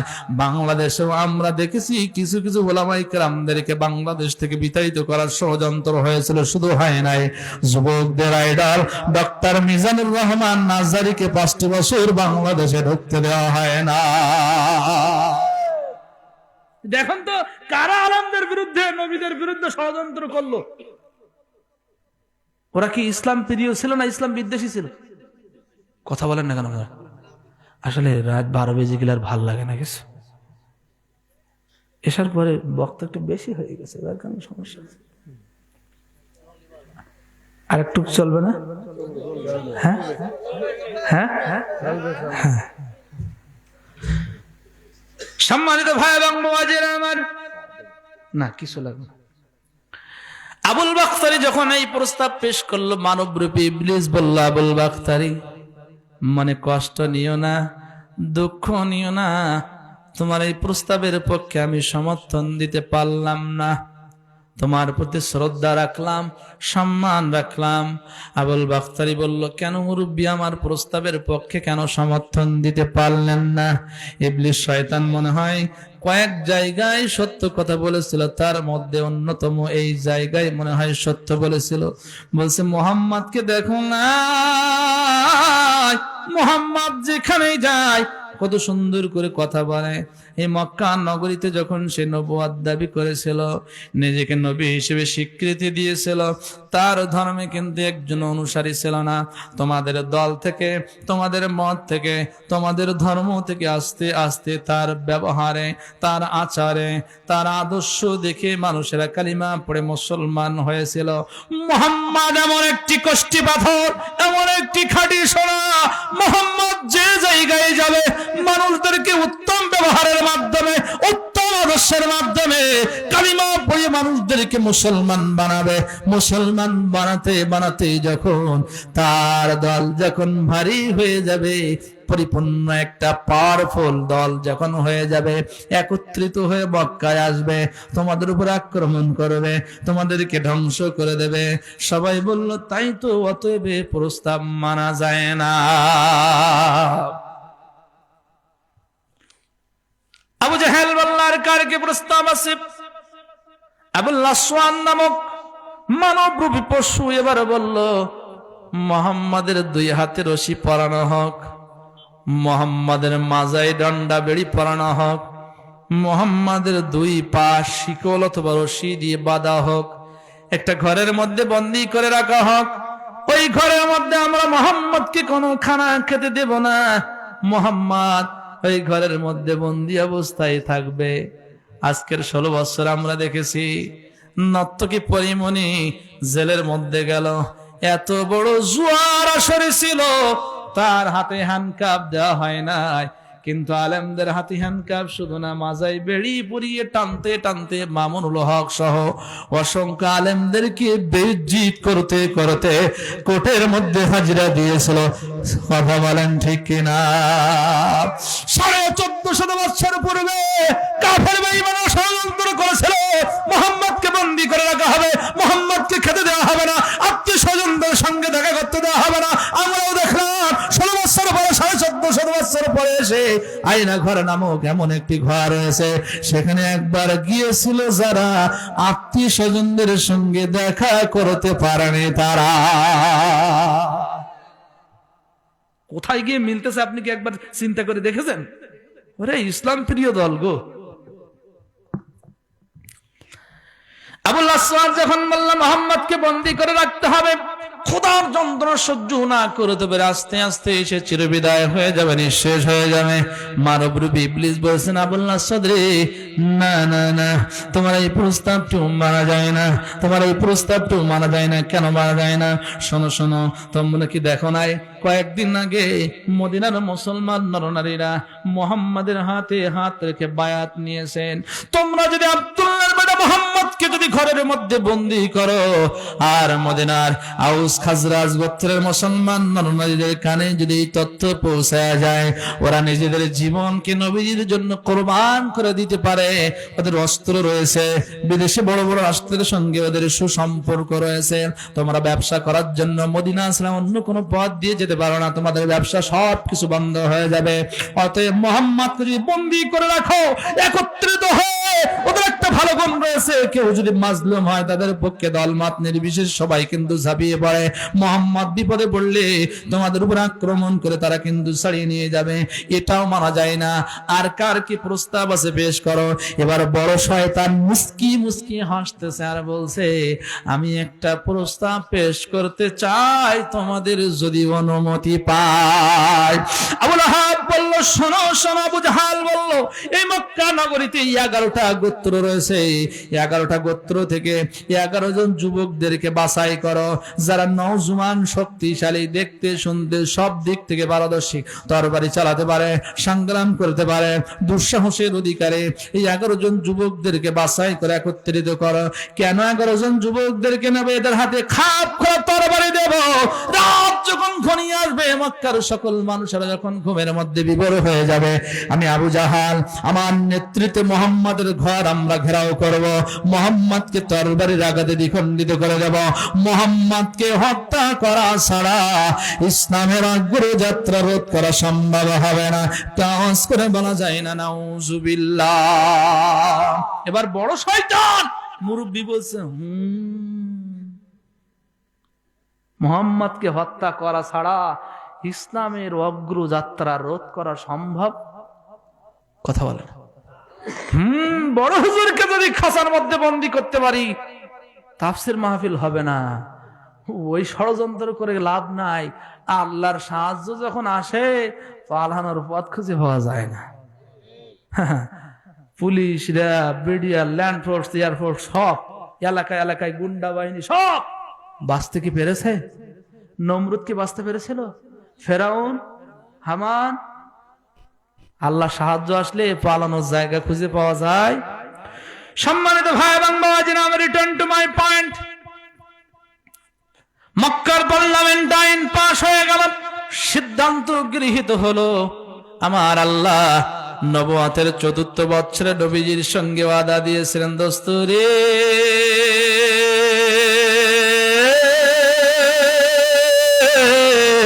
ও দোস্ত, কোরআন দিয়ে তুমি তাবলীগ করো, মানুষদেরকে ডাকো।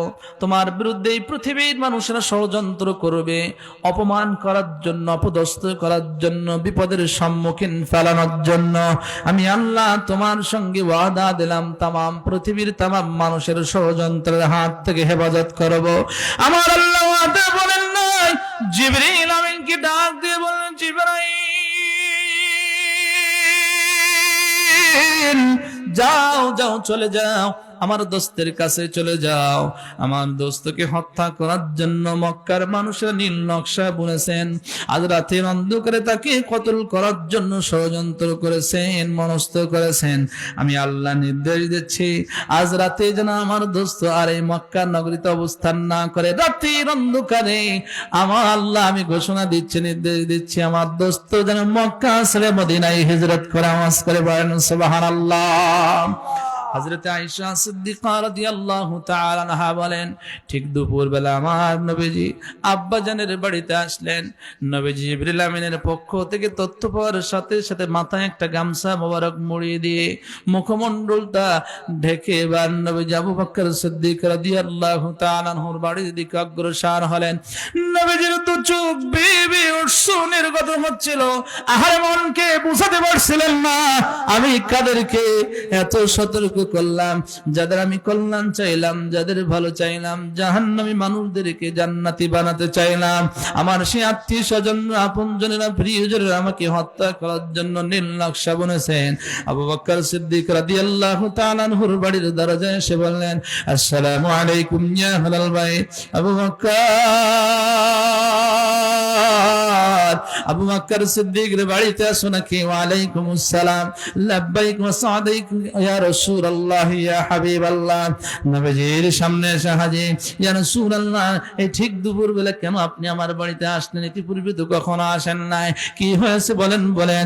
নবীজি আমার দু চোখ বেয়ে পানি নির্গত হচ্ছিল আর বলছেন, আবু বকর, যে মক্কার মানুষদের কল্যাণ চাইলাম, জাহান্নামের রাস্তা থেকে বাঁচাতে চাইলাম, জাহান্নামের আগুন থেকে বাঁচানোর জন্য এত প্রচেষ্টা করলাম, গালি শুনলাম, জুলুম নির্যাতনের শিকার হলাম, তারপরেও সেই আমার আত্মীয় স্বজনরা মক্কার কুরাইশরা আমাকে হত্যা করার জন্য নীল নকশা বুনেছেন। আবু বকর, আমার আল্লাহ অর্ডার দিয়েছেন আজ রাতে আমার মাতৃভূমি ছেড়ে, আমার জন্মভূমি ছেড়ে মদিনায় হিজরত করতে হবে।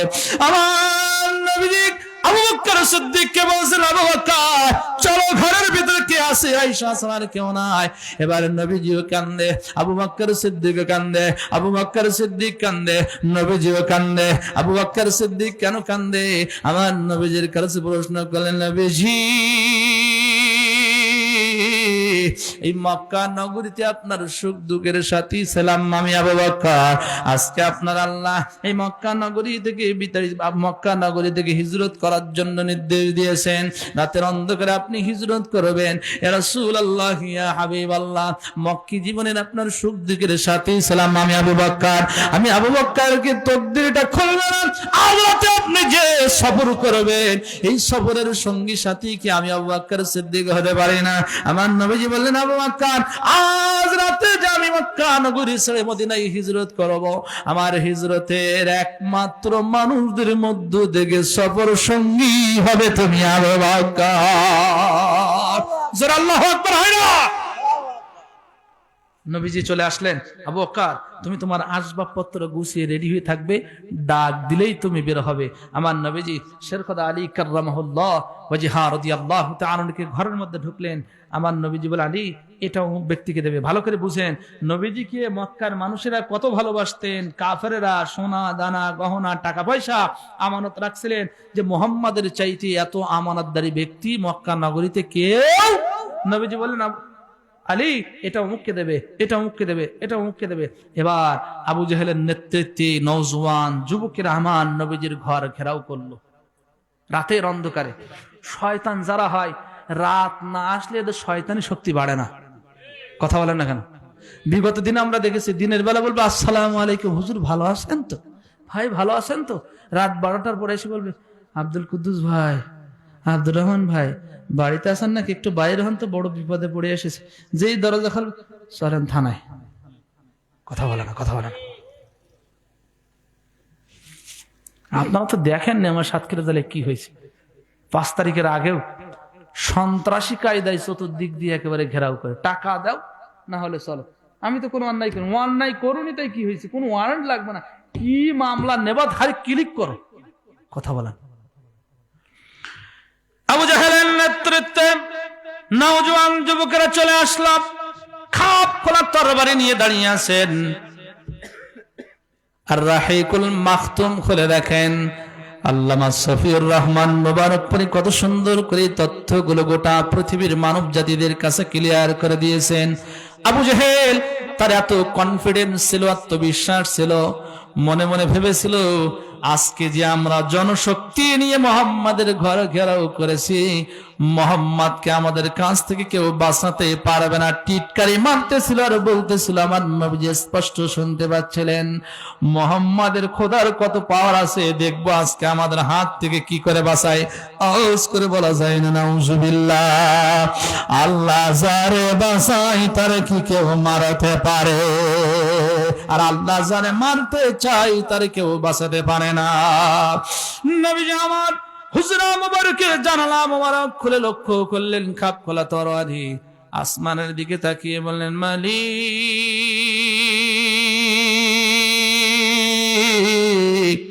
কিভাবে এতগুলো যুবকদের চোখকে ফাঁকি দিয়ে আমি মদিনায় চলে যাব?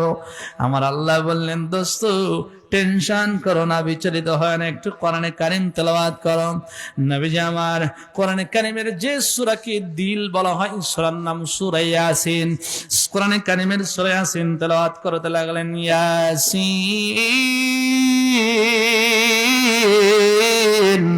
ওয়াল কুরআনিল হাকীম ইন্নাকা লামিনাল মুরসালিন। তাফসীর ইবনে কাসির খোলা দেখেন, আমার নবীজি কোরআন কারীমের সূরা ইয়াসিন তেলাওয়াত করতে করতে ওয়াজআলনা মিন বাইনি আইদিহিম সাদ্দাও ওয়া মিন খালফিহিম সাদ্দাও ফাগশাইনাহুম ফাহুম লা ইবসিরুন।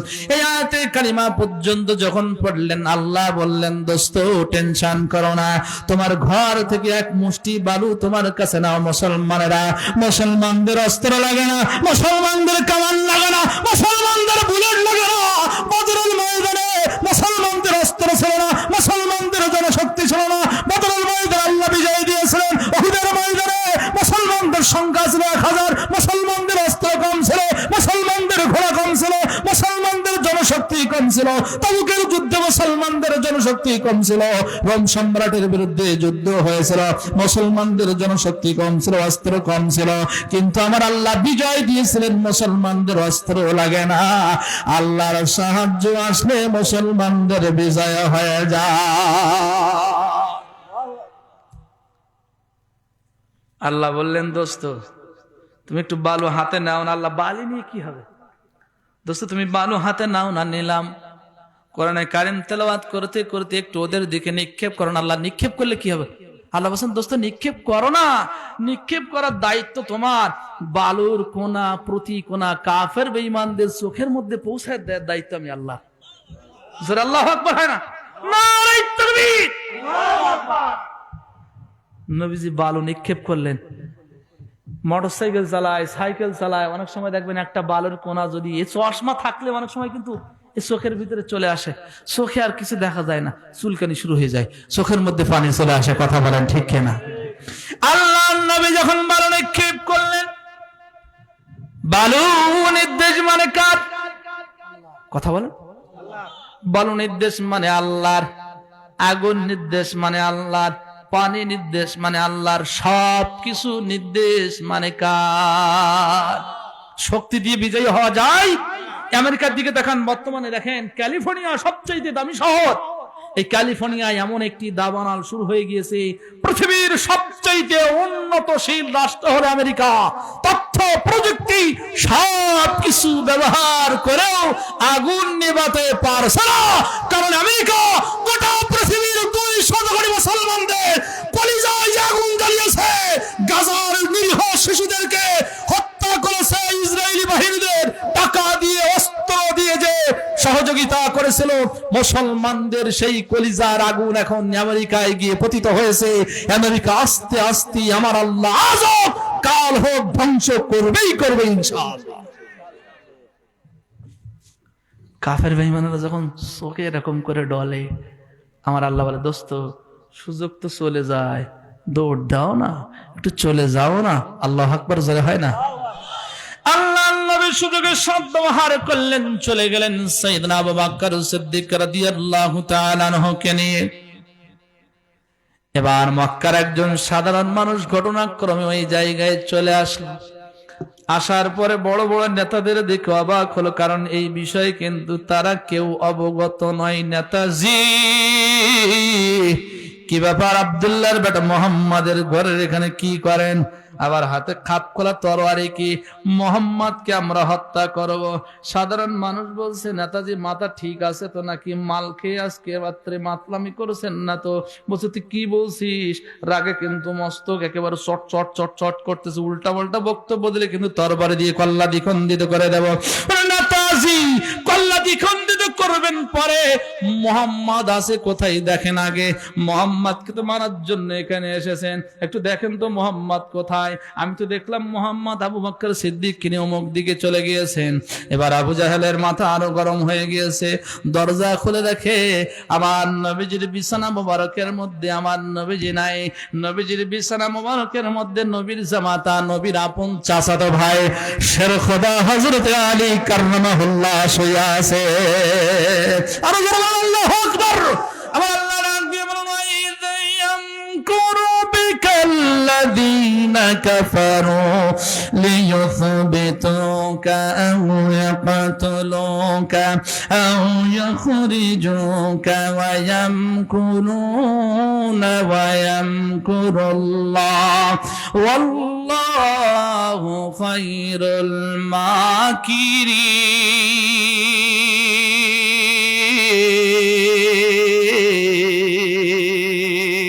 রাসূল স্মরণ করো সেই সময়ের কথা যখন মক্কার মানুষেরা তোমার বিরুদ্ধে ষড়যন্ত্র করেছিল, দেশ থেকে বিতাড়িত করার, বন্দী করার, তোমাকে হত্যা করার।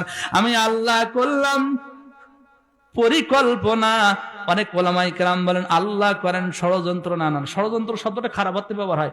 আল্লাহ করেন পরিকল্পনা আর ইসলাম বিদ্বেষীরা করে ষড়যন্ত্র।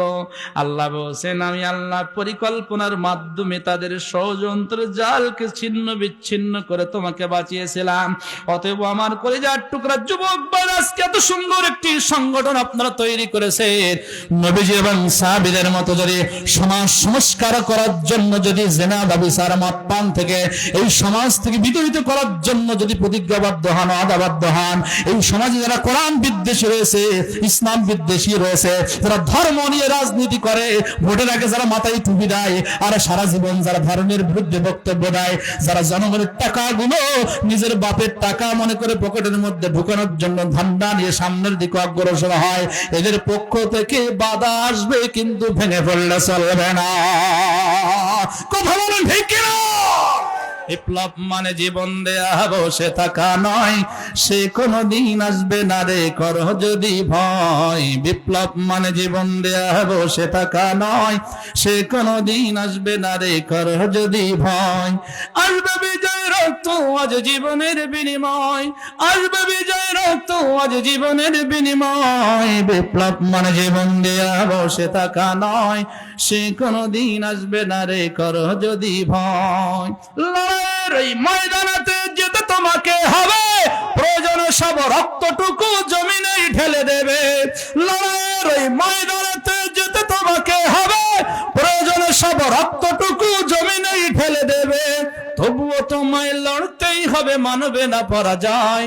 তবুও তোমায় লড়তেই হবে, মানবে না পরাজয়। বিপ্লব মানে জীবন দেয়া বসে থাকা নয়, সে কোনদিন আসবে না রে কর যদি ভয়। বিপ্লব মানে জীবন দেয়া বসে থাকা নয়, সে কোনদিন আসবে না রে কর যদি ভয়। ফলে আমার যুবক ভাইরা যে কাজের উদ্যোগ নিয়েছেন, এই কাজ করতে গেলে একটু বাধার সম্মুখীন হতে হবে, কিন্তু নিরাশ হলে কি চলবে? জোরে বলে না, আর একটু জোরে না। ইমানদাররা কি ভেঙে পড়ে?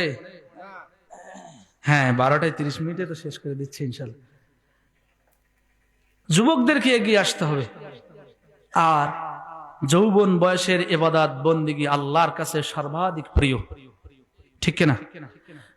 বাগেরহাট, মোড়লগঞ্জ, ঝালকাঠি, পিরোজপুর, ভোলা, চাঁদপুর, মোটামুটি এই এলাকার মানুষগুলো ধার্মিক। আমি তো বাংলাদেশে মোটামুটি সব জায়গায় যাই, এলাকার যুবকদের অত বেশি ওয়াজ করা লাগে না, কিন্তু অন্য জায়গায় যুবকরা খুবই উচ্ছৃঙ্খল।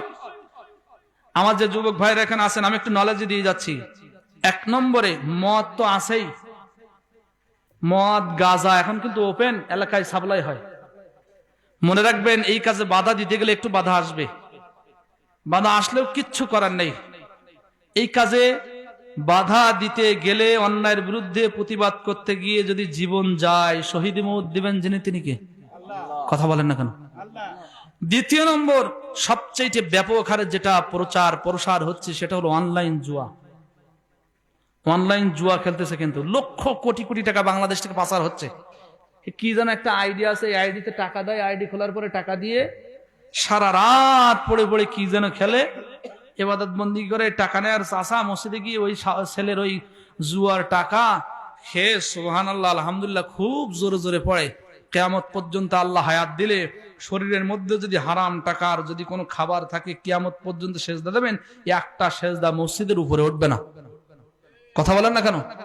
এজন্য নিজ নিজ দায়িত্বে এই জুয়ার আসর থেকে সন্তানদেরকে ফিরিয়ে আনার চেষ্টা করেন। পাবজি গেম, ফ্রি ফায়ার, অপসংস্কৃতি, পর্নোগ্রাফির হাত থেকে আল্লাহ তাআলা আমাদের যুবক ভাইকে ফিরে আসার তৌফিক দান করুন। আরেকটু আসতে বলেন আমিন, আরেকটু জোরে বলেন আমিন। সর্বশেষ কথা, জালেম বিতাড়িত হয়েছে, কিন্তু জালেমের যমজ ভাইয়েরা কিছু কিছু আছে এখনো চাঙ্গা দিয়ে ওঠার জন্য চেষ্টা করতেছে। আজকেও দেখলাম এই ফ্যাসিস্টদের অনুসারীদেরকে অ্যারেস্ট করেছে পাবনায়, কিন্তু পুলিশের হাত থেকে তারা জোর করে আবার কেড়ে নিয়ে গিয়েছে। যারা অন্যায় করেছে তাদের বিচার বাংলার জমিনে আমরা দেখতে চাই কি চাই না? জোরে বলেন। কিন্তু যারা নিরীহ মানুষ, যারা মানুষের উপরে জুলুম করেনি, মানুষের উপর অত্যাচার করেনি, খবরদার আমাদের হাত থেকে কেউ যেন অত্যাচারিত না। যারা জুলুম করেছেন আইনের মাধ্যমে যতটুকু করা যায় করব। দুনিয়ায় যদি বিচার না হয়, আদালতে ময়দানে মহাশরে বিচার হবে কি হবে না? আল্লাহ নিজেই বিচার দেবেন। আর আল্লাহর ধরার চাইতে ইন্না বাতশা রাব্বিকা লাশাদীদ, এর চাইতে শক্ত ধরা আর কিছু হতে পারে? আসুন দলমত নির্বিশেষে, কে বিএনপি, কে আওয়ামী লীগ, কে জাতীয় পার্টি, কে জামাত, কে চরমনাই, কে শর্ষিনা, কে আট্টসি, কে কুলতলি, কে ফুলতলি, কে ফুরফুরা, ভেদাভেদ ভুলে গিয়ে মুসলিম পরিচয় নিয়ে বুকের মধ্যে এ দৃঢ় লোভ লালসা লালন করে সামনের দিকে এগিয়ে যায়।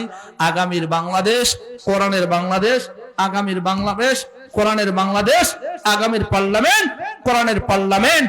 দলমত নির্বিশেষে আমরা কাজ করে যাই। আল্লাহর কাছে দোয়া করি, আল্লাহ যেন আমার প্রিয় মাতৃভূমিকে কোরআনের জন্য, দ্বীনের জন্য, ইসলামের জন্য কবুল করেন। আল্লাহুম্মা আমিন। সুবহানাকাল্লাহুম্মা বিহামদিকা আশহাদু আল্লা ইলাহা ইল্লা আনতা আস্তাগফিরুকা ওয়া আতুবু ইলাইক। আল্লাহুম্মা সাল্লি আলা সাইয়্যিদিনা ওয়া নাবিয়্যিনা ওয়া শাফিঈনা ওয়া হাবিবিনা মাওলানা মুহাম্মদ সাল্লাল্লাহু তাআলা আলাইহি ওয়া আলা আলিহি ওয়া আসহাবিহি ওয়া আহলি বাইতিহি ওয়া উম্মিহি আজমাইন। তাবারুক আছে না? না হ্যাঁ, অনেক রাত হয়েছে ভাই। সদস্য মৃতা আলামিন, আব্দুল ওয়াহাব ইকরাম, মনিরা বেগমের মা বাবা, যাদের জন্য দোয়া চেয়েছেন আল্লাহ তাআলা সকলকে মাফ করুন। আল্লাহুম্মা সাল্লি ওয়া সাল্লিম ওয়া বারিক আলাইহি আস্তাগফিরুল্লাহাল্লাযী লা ইলাহা ইল্লা হুয়াল হাইয়ুল কাইয়্যুম ওয়া আতুবু ইলাইহি লা হাওলা ওয়া লা কুওয়াতা ইল্লা বিল্লাহিল আলিয়্যিল আযীম। আল্লাহুম্মা আমিন। রব্বানা যালামনা আনফুসানা ওয়া ইল্লাম তাগফির লানা ওয়া তারহামনা لنكونن من الخاسرين. ربنا آتنا في الدنيا حسنة وفي الآخرة حسنة وقنا عذاب النار. معبود بكرمان গভীর রজনীতে আমরা কতিপয় গুনাহগার নাদান বান্দা বান্দেরা তোমার দরবারে আসামির বেশে দুখানা করে হাত তুলেছে। মেহেরবানি করে তামাম জীবনের গুনাহগুলো তুমি ক্ষমা করে দাও। আয় আল্লাহ তাআলা, তাফসীরুল কোরআন মাহফিলে অসংখ্য উলামায়ে কেরাম কোরআন হাদিস থেকে আলোচনা করেছেন। ত্রুটি বিচ্যুতি মার্জনা করে ইলাহি দরবারে কবুল করে নাও। সবটুকু কোটি কোটি গুণ বৃদ্ধি করে দিয়ে সর্বপ্রথম নবীজির রওজা মুবারকে আতহারাই কবুল করে নাও। তামাম আম্বিয়া کرام, সাহাবায়ে کرام, তাবিঈন, তাবিঈন, আইম্মায়ে মুজতাহিদিন, মুতাকাদ্দিমিন, মুতাআখিরিন, খোলাফায়ে রাশিদিন, শুহাদায়ে کرام, বুজুর্গান দিন, পীর মাশায়েখ, তামাম মুসলমান নরনারীদের মধ্য থেকে যারা কবরস্থ হয়েছেন আল্লাহ সকলের রূহে সবটুকু তুমি কবুল করে নাও। আল্লাহ তাআলা, আমরা যারা তোমার বারে ইলাহি দরবারেতে রাতের অন্ধকারে হাত তুলেছি, আমাদের মাঝ থেকে যাদের জন্ম দক্ষিণী মহাবিদায় নিয়েছেন আল্লাহ যাদের আব্বা নাই, আল্লাহ যাদের মা নাই বাবা নাই, তারাই বোঝে বাবা মা কত বড় নিয়াব। আল্লাহ মা ছোট্ট একটি শব্দ, এই শব্দের মধ্যে কত মায়া মমতা ভালোবাসা মিশে আছে। জনম দক্ষিণী মা আমাদেরকে কত কষ্ট করে গর্ভের মধ্যে লালন পালন করেছিল, কত রাত মা জননীর ঘুম হেম কেটেছিল। আল্লাহ মাগের সেরে বাঘের গায়ে লাগে। ছোট্ট যখন ছিলাম ডানে পেশাব করেছি, বাম কাঁধে নিয়েছে, বামে পেশাব করেছি, আবার বুকে নিয়েছে, আবার পেশাব পায়খানা করেছি, পরিষ্কার পরিচ্ছন্ন করেছে। ইচ্ছা করলে আমাদের উপরে রাগান্বিত হতে পারতো। ও মালিক, সন্তানের উপরে রাগান্বিত না হয় সন্তানের কপালে একটা চুমা দিয়ে সন্তানকে বুকের সাথে নিয়ে মা জননী ঘুমিয়েছিল। আল্লাহ বাবা যাদের দুনিয়ায় নাই, বাবা নিজে না খেয়ে সন্তানের মুখে হার উঠাইয়া দিয়েছিল। এখান থেকে 10 বছর 20 বছর আগে মানুষদের কত ভাতের কষ্ট গিয়েছে। আয় আল্লাহ, দরিদ্র অসহায় বাবা রক্তকে পানি করে সন্তানের মুখে হার উঠাইয়া দিয়েছিল। জানি না কার মা নাই, কার আব্বা নাই। ও মাহবুবে মেহেরবান, আমি তোমার ছোট্ট গোলাম গুনাহগার মুসাফির অবস্থায় রয়েছে, তোমার দরবারে ফরিয়াদ করি, আমাদের যাদের মা বাবা কবর জগতে বিদায় নিয়েছেন, মা বাবার রূহের উপরের সবটুকু তুমি কবুল করে নাও। রব্বির হামহুমা কামা রব্বায়ানি সগীরা। সকলে পড়েন রব্বির হামহুমা কামা রব্বায়ানি সগীরা। আয় আল্লাহ, আব্বা আম্মা যাদের দুনিয়ায় জীবিত আছেন, আব্বা আম্মার প্রতি ইহসান করে জান্নাত করার তৌফিক তুমি দান করে দাও। আমাদের মাঝ থেকে যাদের চাচা চাচি, নানা নানি, দাদা দাদি, ভাই বোন, আত্মীয় স্বজন, আপনজন, প্রিয়জন, পাড়া প্রতিবেশী, এখানে অনেক বাবা রয়েছেন, মা রয়েছেন, যাদের কলিজার টুকরা সন্তান বিদায় নিয়েছেন। আল্লাহ আজকেও 2 জন তোমার গোলামেরা বিদায় নিয়েছেন। আল্লাহ সামনে পিছে ডাইনে বামে যত মুসলমান নরনারী কবরে শুয়ে আছেন, সকলের কবরে সবটুকু তুমি পৌঁছে দাও।